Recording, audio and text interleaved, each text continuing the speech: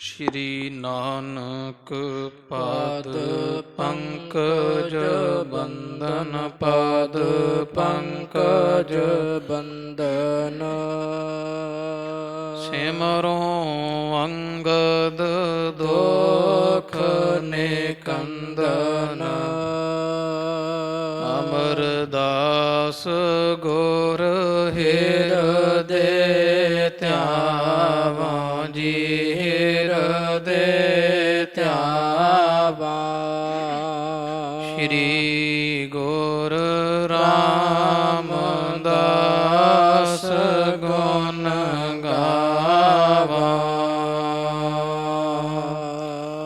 ਸ਼੍ਰੀ ਅਰਜਨ ਬਿਘਨ ਕੇ ਨਾਸ਼ਕ ਜੀ ਬਿਘਨ ਕੇ ਨਾਸ਼ਕ ਹਰ ਗੋਬਿੰਦ ਸ਼ੁਭ ਸੁਮਤ ਪ੍ਰਕਾਸ਼ਕ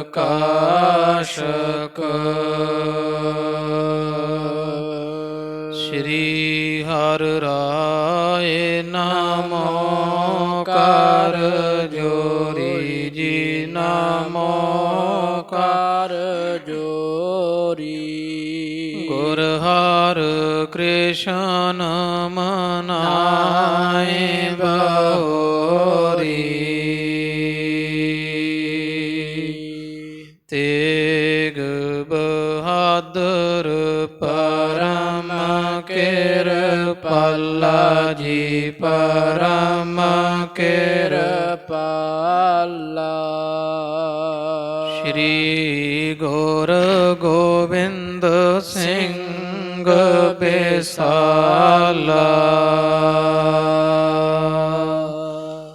ਤਰੋਂ ਤਰਾ ਪਰ ਪੁੰਨ ਪੁੰਨ ਸੀਸਾ ਜੀ ਪੁੰਨ ਪੁੰਨ ਸੀਸਾ ਬੰਦੋਂ ਬਾਰ ਬਾਰ ਜਗਦੀਸ਼ਾ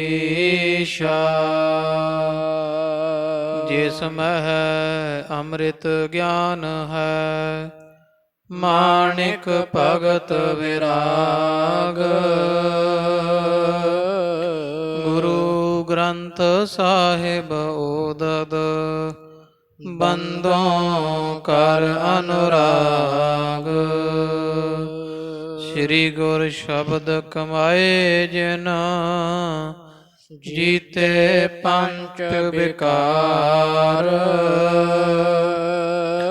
ਤਿਨ ਸੰਤਨ ਕਉ ਬੰਦਨਾ ਸਿਰ ਚਰਨਨ ਪਰ ਤਾਰ ਤਿਨ ਸੰਤਨ ਕਉ ਬੰਦਨਾ ਸਿਰ ਚਰਨਨ ਪਰ ਤਾਰ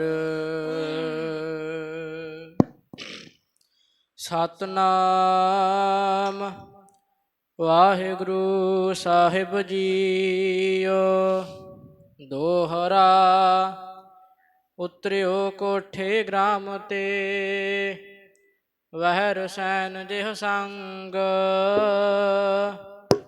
ਸੇਵਾ ਸਭ ਬਿਦ ਕੀ ਕਰੀ ਪ੍ਰਿਥੀਏ ਤਾਰ ਉਮੰਗ ਉਤਰਿਓ ਕੋਠੇ ਗ੍ਰਾਮ ਤੇ ਵਹਿ ਰਸੈਨ ਜਿਹ ਸੰਗ ਸੇਵਾ ਸਭ ਬਿਦ ਕੀ ਕਰੀ ਪ੍ਰਿਥੀਏ ਧਾਰ ਉਮੰਗ ਵਾਹਿਗੁਰੂ ਜੀ ਕਾ ਖਾਲਸਾ ਵਾਹਿਗੁਰੂ ਜੀ ਕੀ ਫਤਿਹ। ਗਰੀਬ ਨਵਾਜ ਦਇਆ ਨਿਧ ਕਿਰਪਾ ਦੇ ਖਜ਼ਾਨੇ 10 ਪਾਤਸ਼ਾਹੀਓਂ ਜੀ ਕੇ ਪਾਵਨ ਪਵਿੱਤਰ ਸਰੂਪ ਹਾਜ਼ਰਾ ਹਜੂਰ ਜਹਰਾ ਜਹੂਰ ਦਇਆ ਨਿਧ ਧੰਨ ਧੰਨ ਸਾਹਿਬਾਦ ਸ੍ਰੀ ਗੁਰੂ ਗ੍ਰੰਥ ਸਾਹਿਬ ਜੀ ਮਹਾਰਾਜ ਊਚ ਅਪਾਰ ਬੇਅੰਤ ਸੁਆਮੀ ਪਾਤਸ਼ਾਹ ਦੇ ਸੰਧਿਆ ਸਮੇਂ ਦੇ ਸਜ ਰਹੇ ਪਾਵਨ ਪਵਿੱਤਰ ਦੀਵਾਨ ਅੰਦਰ ਹਜ਼ੂਰ ਦੇ ਖੁੱਲ੍ਹੇ ਦਰਸ਼ਨ ਦੀਦਾਰ ਕਰਦਿਆਂ ਹੋਇਆਂ ਆਪਾਂ ਆਪਣਿਆਂ ਨੇਤਰਾਂ ਨੂੰ ਸਫਲ ਬਣਾਇਆ ਹੈ। ਸਤਿਗੁਰਾਂ ਦੀ ਅਪਾਰ ਕਿਰਪਾ ਮਿਹਰਾਮਤ ਦੇ ਸਦਕਾ ਨਿਤਾ ਪ੍ਰਤ ਸਾਧ ਸੰਗਤ ਦੀਆਂ ਘੜੀਆਂ ਦਾ ਆਨੰਦ ਮਾਣ ਰਹੇ ਹਾਂ। ਪਿਛਲੇ ਸਮੇਂ ਤੋਂ ਚੱਲ ਰਹੀ ਲੜੀਵਾਰ ਰੂਪ ਅੰਦਰ ਸ਼੍ਰੀ ਗੁਰ ਪ੍ਰਤਾਪ ਸੂਰਜ ਗ੍ਰੰਥ ਦੀ ਅੰਮ੍ਰਿਤ ਰੂਪ ਗਾਥਾ, ਜੋ ਕਵੀ ਰਾਜ ਕਵੀ ਸੰਤੋਖ ਸਿੰਘ ਸਾਹਿਬ ਜੀਆਂ 10 ਪਾਤਸ਼ਾਹੀਆਂ ਜੀ ਦਾ ਪਾਵਨ ਪਵਿੱਤਰ ਇਤਿਹਾਸ, ਮਹਾਨ ਕਾਵ ਰਚਨਾ ਕਾਵ ਸੰਗ੍ਰਹਿ ਇਹ ਗ੍ਰੰਥ ਲਿਖਣਾ ਕੀਤਾ ਹੈ। ਰੋਜ਼ ਆਪਾਂ ਧੰਨ ਗੁਰੂ ਅਰਜਨ ਦੇਵ ਸਾਹਿਬ ਮਹਾਰਾਜ ਦੇ ਪਵਿੱਤਰ ਜੀਵਨ ਦੇ ਪ੍ਰਸੰਗ, ਕੌਤਕ, ਮਿਹਰਾਮਤਾਂ ਸ਼ਰਵਣ ਕਰ ਕਰਕੇ ਕਿਰਤਾਰਥ ਨਿਹਾਲ ਨਿਹਾਲ ਨਿਹਾਲ ਹੋ ਰਹੇ ਹਾਂ। ਕੱਲ ਜਥਾ ਪ੍ਰਸੰਗ ਆਪਾਂ ਸ਼ਰਵਣ ਕੀਤਾ ਹੈ ਕਿ ਪ੍ਰਿਥੀ ਚੰਦ ਨੇ ਇੱਕ ਵਾਰੀ ਫੇਰ ਧੰਨ ਧੰਨ ਸਾਹਿਬ ਸ੍ਰੀ ਗੁਰੂ ਅਰਜਨ ਦੇਵ ਜੀ ਮਹਾਰਾਜ ਦੇ ਨਾਲ ਵੈਰ ਵਧਾਉਂਦਿਆਂ ਹੋਇਆਂ ਇਹ ਸੰਕਲਪ ਧਾਰਿਆ ਕਿ ਜਿਹੜਾ ਕੰਮ ਪਹਿਲਾਂ ਨਹੀਂ ਹੋ ਪਾਇਆ, ਨਹੀਂ ਹੋ ਸਕਿਆ, ਗੁਰੂ ਅਰਜਨ ਦੇਵ ਸਾਹਿਬ ਨੂੰ ਸ਼ਹੀਦ ਕਰਵਾ ਦਿੱਤਾ ਜਾਵੇ ਜਾਂ ਕੈਦ ਕਰਵਾ ਦਿੱਤਾ ਜਾਵੇ ਤੇ ਗੁਰਤਾ ਮੈਂ ਹਾਸਲ ਕਰ ਲਵਾਂ। ਭਾਵੇਂ ਸਮਾਂ ਬਹੁਤ ਬੀਤ ਗਿਆ ਪਰ ਸਾਧ ਸੰਗਤ ਜੀ ਈਰਖਾ ਜਿੰਨੀ ਪੁਰਾਣੀ ਹੋਈ ਜਾਂਦੀ ਓਨੀ ਘਾਤਕ ਹੋਣ ਲੱਗ ਜਾਂਦੀ ਹੈ, ਵੈਰ ਦਾ ਰੂਪ ਧਾਰ ਲੈਂਦੀ ਹੈ। ਪ੍ਰਿਥੀ ਚੰਦ ਨੇ ਸੁਲਹੀ ਨੂੰ ਪੱਤਰ ਲਿਖ ਦਿੱਤਾ ਸੀ ਵੀ ਜਿਹੜਾ ਕੰਮ ਨਹੀਂ ਹੋਇਆ ਉਹ ਹੁਣ ਕਰ ਲਈਏ। ਸੁਲਹੀ ਨੇ ਬਹਾਨਾ ਬਣਾਇਆ, ਫਿਰ ਬਾਦਸ਼ਾਹ ਜਹਾਂਗੀਰ ਕੋਲ ਕਿ ਮਾਝੇ ਦੇਸ਼ ਵਿੱਚ ਗੁਰੂ ਅਰਜਨ ਦੇਵ ਜੀ ਉੱਥੋਂ ਦੇ ਲੋਕਾਂ ਨੂੰ ਵਿਗਾੜ ਰਹੇ ਹੈ ਤੇ ਮਾਮਲਾ ਆਉਣਾ ਬੰਦ ਹੋ ਗਿਆ ਹੈ। ਮੈਂ ਉੱਥੇ ਜਾ ਕਰਕੇ ਗੁਰੂ ਅਰਜਨ ਦੇਵ ਜੀ ਨੂੰ ਪਕੜ ਕੇ ਤੁਹਾਡੇ ਪਾਸ ਲੈ ਕੇ ਆਵਾਂਗਾ। ਇਹ ਬਹਾਨਾ ਬਣਾ ਕੇ ਸ਼ਾਹੀ ਫਰਮਾਨ ਜਾਰੀ ਕਰਵਾ ਲਿਆ ਜਹਾਂਗੀਰ ਬਾਦਸ਼ਾਹ ਤੋਂ। ਫਿਰ ਚੰਦੂ ਨੂੰ ਜਾ ਮਿਲਿਆ, ਦੱਸਿਆ ਵੀ ਚੰਦੂ ਤੇਰੀ ਧੀ ਦਾ ਰਿਸ਼ਤਾ ਜਿਹਨੇ ਛੱਡਿਆ ਸੀ ਨਾ, ਉਹ ਮੇਰਾ ਵੀ ਵੱਡਾ ਵੈਰੀ ਹੈ ਤੇ ਮੈਂ ਬਾਦਸ਼ਾਹ ਤੋਂ ਆਗਿਆ ਲੈ ਲਈ ਹੈ। ਮੈਂ ਮਾਰ ਦੇਵਾਂਗਾ ਤੇ ਜਾਂ ਫੜ ਕੇ ਇੱਥੇ ਲੈ ਆਵਾਂਗਾ ਤੇਰੇ ਵੈਰੀ ਨੂੰ। ਪਰ ਜੇ ਕੋਈ ਅਭੀ ਨਵੀ ਹੋਈ ਵੀ ਕੋਈ 100 ਕੱਲ੍ਹ ਨੂੰ ਮੁਕੱਦਮਾ ਮੇਰੇ ਤੇ ਚੱਲਦਾ ਹੋਇਆ ਤੇ ਤੂੰ ਦੀਵਾਨ ਹੈ, ਬਾਦਸ਼ਾਹ ਦੇ ਸਭ ਤੋਂ ਲਾਗੇ ਹੈ, ਸਾਰਾ ਮਾਮਲਾ ਤੂੰ ਸਾਂਭਣਾ ਹੈ, ਮੇਰੀ ਹਾਮੀ ਤੂੰ ਭਰਨੀ ਹੈ। ਤੇ ਚੰਦੂ ਨੂੰ ਹੋਰ ਕੀ ਚਾਹੀਦਾ? ਸਾਧ ਸੰਗਤ ਜੀ ਅੰਨਾ ਕੀ ਪਾਲੇ ਦੋ ਅੱਖਾਂ। ਇਹਨੂੰ ਇਹ ਹੈ ਵੀ ਚਲੋ ਸ਼ੁਕਰ ਹੈ ਮੇਰੇ ਕਿਸੇ ਉਦਮ ਤੋਂ ਬਿਨਾਂ ਹੀ ਗੁਰੂ ਅਰਜਨ ਦੇਵ ਮਹਾਰਾਜ ਦਾ ਨੁਕਸਾਨ ਹੋ ਜਾਣਾ। ਖੁਸ਼ ਹੋਇਆ ਚੰਦੂ ਵੀ। ਸੁਲਹੀ ਉੱਥੋਂ ਚੜ੍ਹਾਈ ਕਰਕੇ ਤੁਰਿਆ ਤੇ ਮਾਲਵੇ ਦੇਸ਼ ਵਿੱਚ ਜਿੱਥੇ ਪ੍ਰਿਥੀ ਚੰਦ ਨੂੰ ਜਹਾਂਗੀਰ ਨੇ 1-2 ਪਿੰਡ ਦਿੱਤੇ ਸੀ ਵਸਣ ਵਾਸਤੇ, ਵੀ ਇੱਥੋਂ ਦਾ ਮਾਮਲਾ ਇਕੱਠਾ ਕਰਕੇ ਤੂੰ ਆਪਦਾ ਗੁਜ਼ਾਰਾ ਕਰ ਲਿਆ ਕਰ। ਉਹ ਸਾਰਾ ਇਲਾਕੇ ਦੇ ਵਿੱਚ ਪ੍ਰਿਥੀ ਚੰਦ ਥੋੜ੍ਹਾ ਬਹੁਤਾ ਆਪਦਾ ਜਿੰਨਾ ਕੁ ਝੂਠ ਸੱਚ ਬੋਲ ਕੇ ਗੁਜ਼ਾਰਾ ਕਰੀ ਜਾਂਦਾ ਸੀ। ਗੁਰੂ ਕੇ ਕੋਠੇ ਨਗਰ ਹੈ ਜਾਂ ਸੋਢੀਆਂ ਦੇ ਕੋਠੇ, ਇੱਥੇ ਸੁਲਹੀ ਨੇ ਆਣ ਪੜਾ ਕੀਤਾ ਬਾਰ-ਬਾਰ। ਪ੍ਰਿਥੀ ਚੰਦ ਬੜਾ ਖੁਸ਼ ਹੁੰਦਾ ਹੋਇਆ ਖਿਲਤਾਂ ਲੈ ਲੈ ਕੇ ਅੱਗੋਂ ਤੇ ਜਾ ਸੁਲਹੀ ਨੂੰ ਮਿਲਿਆ। ਬੜੇ ਪ੍ਰੇਮ ਦੇ ਵਚਨ ਕਹੇ, ਆਸ਼ੀਰਵਾਦ ਜੇ ਵੀ ਫੋਕੇ ਦਿੱਤੇ ਵੀ ਪਰਮੇਸ਼ਰ ਸਤਿਗੁਰੂ ਤੇਰਾ ਮਨਸਬ ਹੋਰ ਵਧਾਵੇ, ਜਹਾਂਗੀਰ ਨਾਲ ਤੇਰਾ ਪਿਆਰ ਹੋਰ ਗੂੜਾ ਹੋਵੇ, ਤੂੰ ਮੇਰਾ ਸ਼੍ਰੇਸ਼ਟ ਮਿੱਤਰ ਹੈ। ਵੇਖ ਦੂਜੀ ਵਾਰ ਫੇਰ ਤੀਜੀ ਵਾਰ ਮੇਰੇ ਕਹਿਣੇ ਤੇ ਇੱਥੇ ਆਣ ਪਹੁੰਚਿਆ।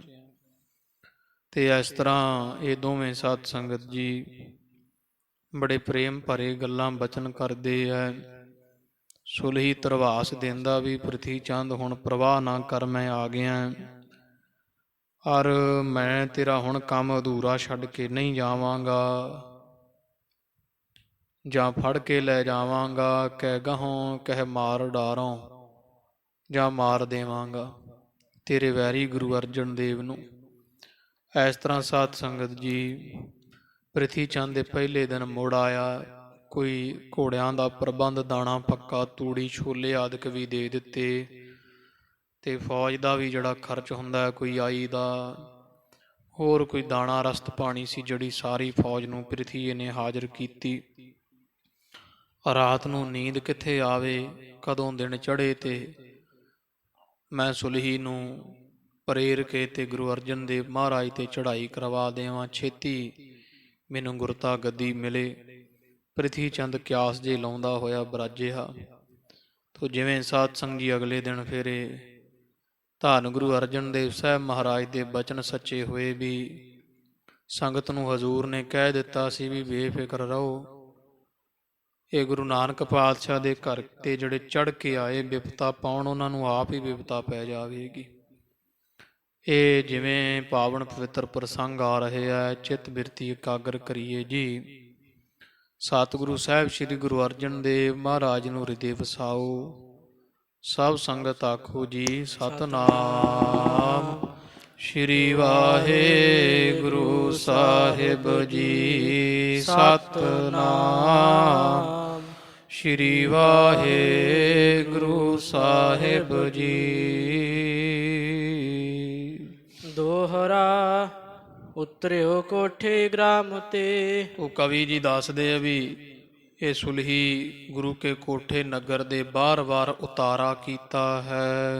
ਵਹਿ ਰਸੈਨ ਜਿਹ ਸੰਗ, ਤੇ ਜਿਸ ਦੇ ਨਾਲ ਬਹੁ ਉਤਰਿਓ ਕੋਠੇ ਗ੍ਰਾਮ ਤੇ ਵਹਿਰ ਸੈਨ ਜਿਹ ਸੰਗ, ਜਿਸ ਦੇ ਨਾਲ ਬਹੁਤ ਭਾਰੀ ਸੈਨਾ ਹੈ, ਫੌਜ ਬਹੁਤ ਨਾਲ ਆਈ ਹੋਈ ਹੈ। ਸੇਵਾ ਸਭ ਵਿਦ ਕੀ ਕਰੀ। ਸਾਰੇ ਤਰ੍ਹਾਂ ਦੀ ਜਿਹੜੀ ਸੇਵਾ ਹੁੰਦੀ ਹੈ, ਘੋੜਿਆਂ ਦੀ ਵੀ ਸੇਵਾ ਕੀਤੀ ਹੈ, ਕਿਉਂਕਿ ਫੌਜ ਵਾਸਤੇ ਕੋਈ ਰਸਤਾ, ਤੂੜੀ ਫੱਕੇ ਦਾ ਪ੍ਰਬੰਧ, ਹੋਰ ਵੀ ਜਿਹੜੇ ਕੋ ਪਾਣੀ ਪੂਣੀ ਪਹੁੰਚਾਉਣਾ, ਦਾਣਾ ਪਾਣੀ, ਸਾਰੀ ਸੇਵਾ ਪ੍ਰਬੰਧ ਪ੍ਰਿਥੀ ਚੰਦ ਨੇ ਕੀਤਾ ਹੈ। ਪ੍ਰਿਥੀਏ ਧਾਰ ਉਮੰਗ, ਤੇ ਮਨ ਵਿੱਚ ਬੜਾ ਉਤਸ਼ਾਹ ਹੈ ਵੀ ਖਾਸ ਸੁਲਹੀ ਫੌਜ ਲੈ ਕੇ ਮੇਰਾ ਕੰਮ ਕਰਨ ਵਾਸਤੇ ਆਇਆ ਹੈ। ਜਿਆਫਤ ਹੇਦ ਦਰਬ ਲੈ ਗਇਓ, ਤੇ ਪ੍ਰਾਹੁਣਚਾਰੀ ਵਾਸਤੇ ਪ੍ਰਿਥੀ ਚੰਦ ਸੁਲਹੀ ਲਈ ਬਹੁਤ ਮਾਇਆ ਲੈ ਕਰਕੇ ਗਿਆ ਹੈ। ਜਾਏ ਸੋ ਡੇਰੇ ਪ੍ਰਾਪਤ ਭਇਓ, ਤੇ ਜਿੱਥੇ ਇਹਨੇ ਡੇਰਾ ਕੀਤਾ ਸੁਲਹੀ ਨੇ, ਉਸ ਡੇਰੇ ਦੇ ਪਾਸ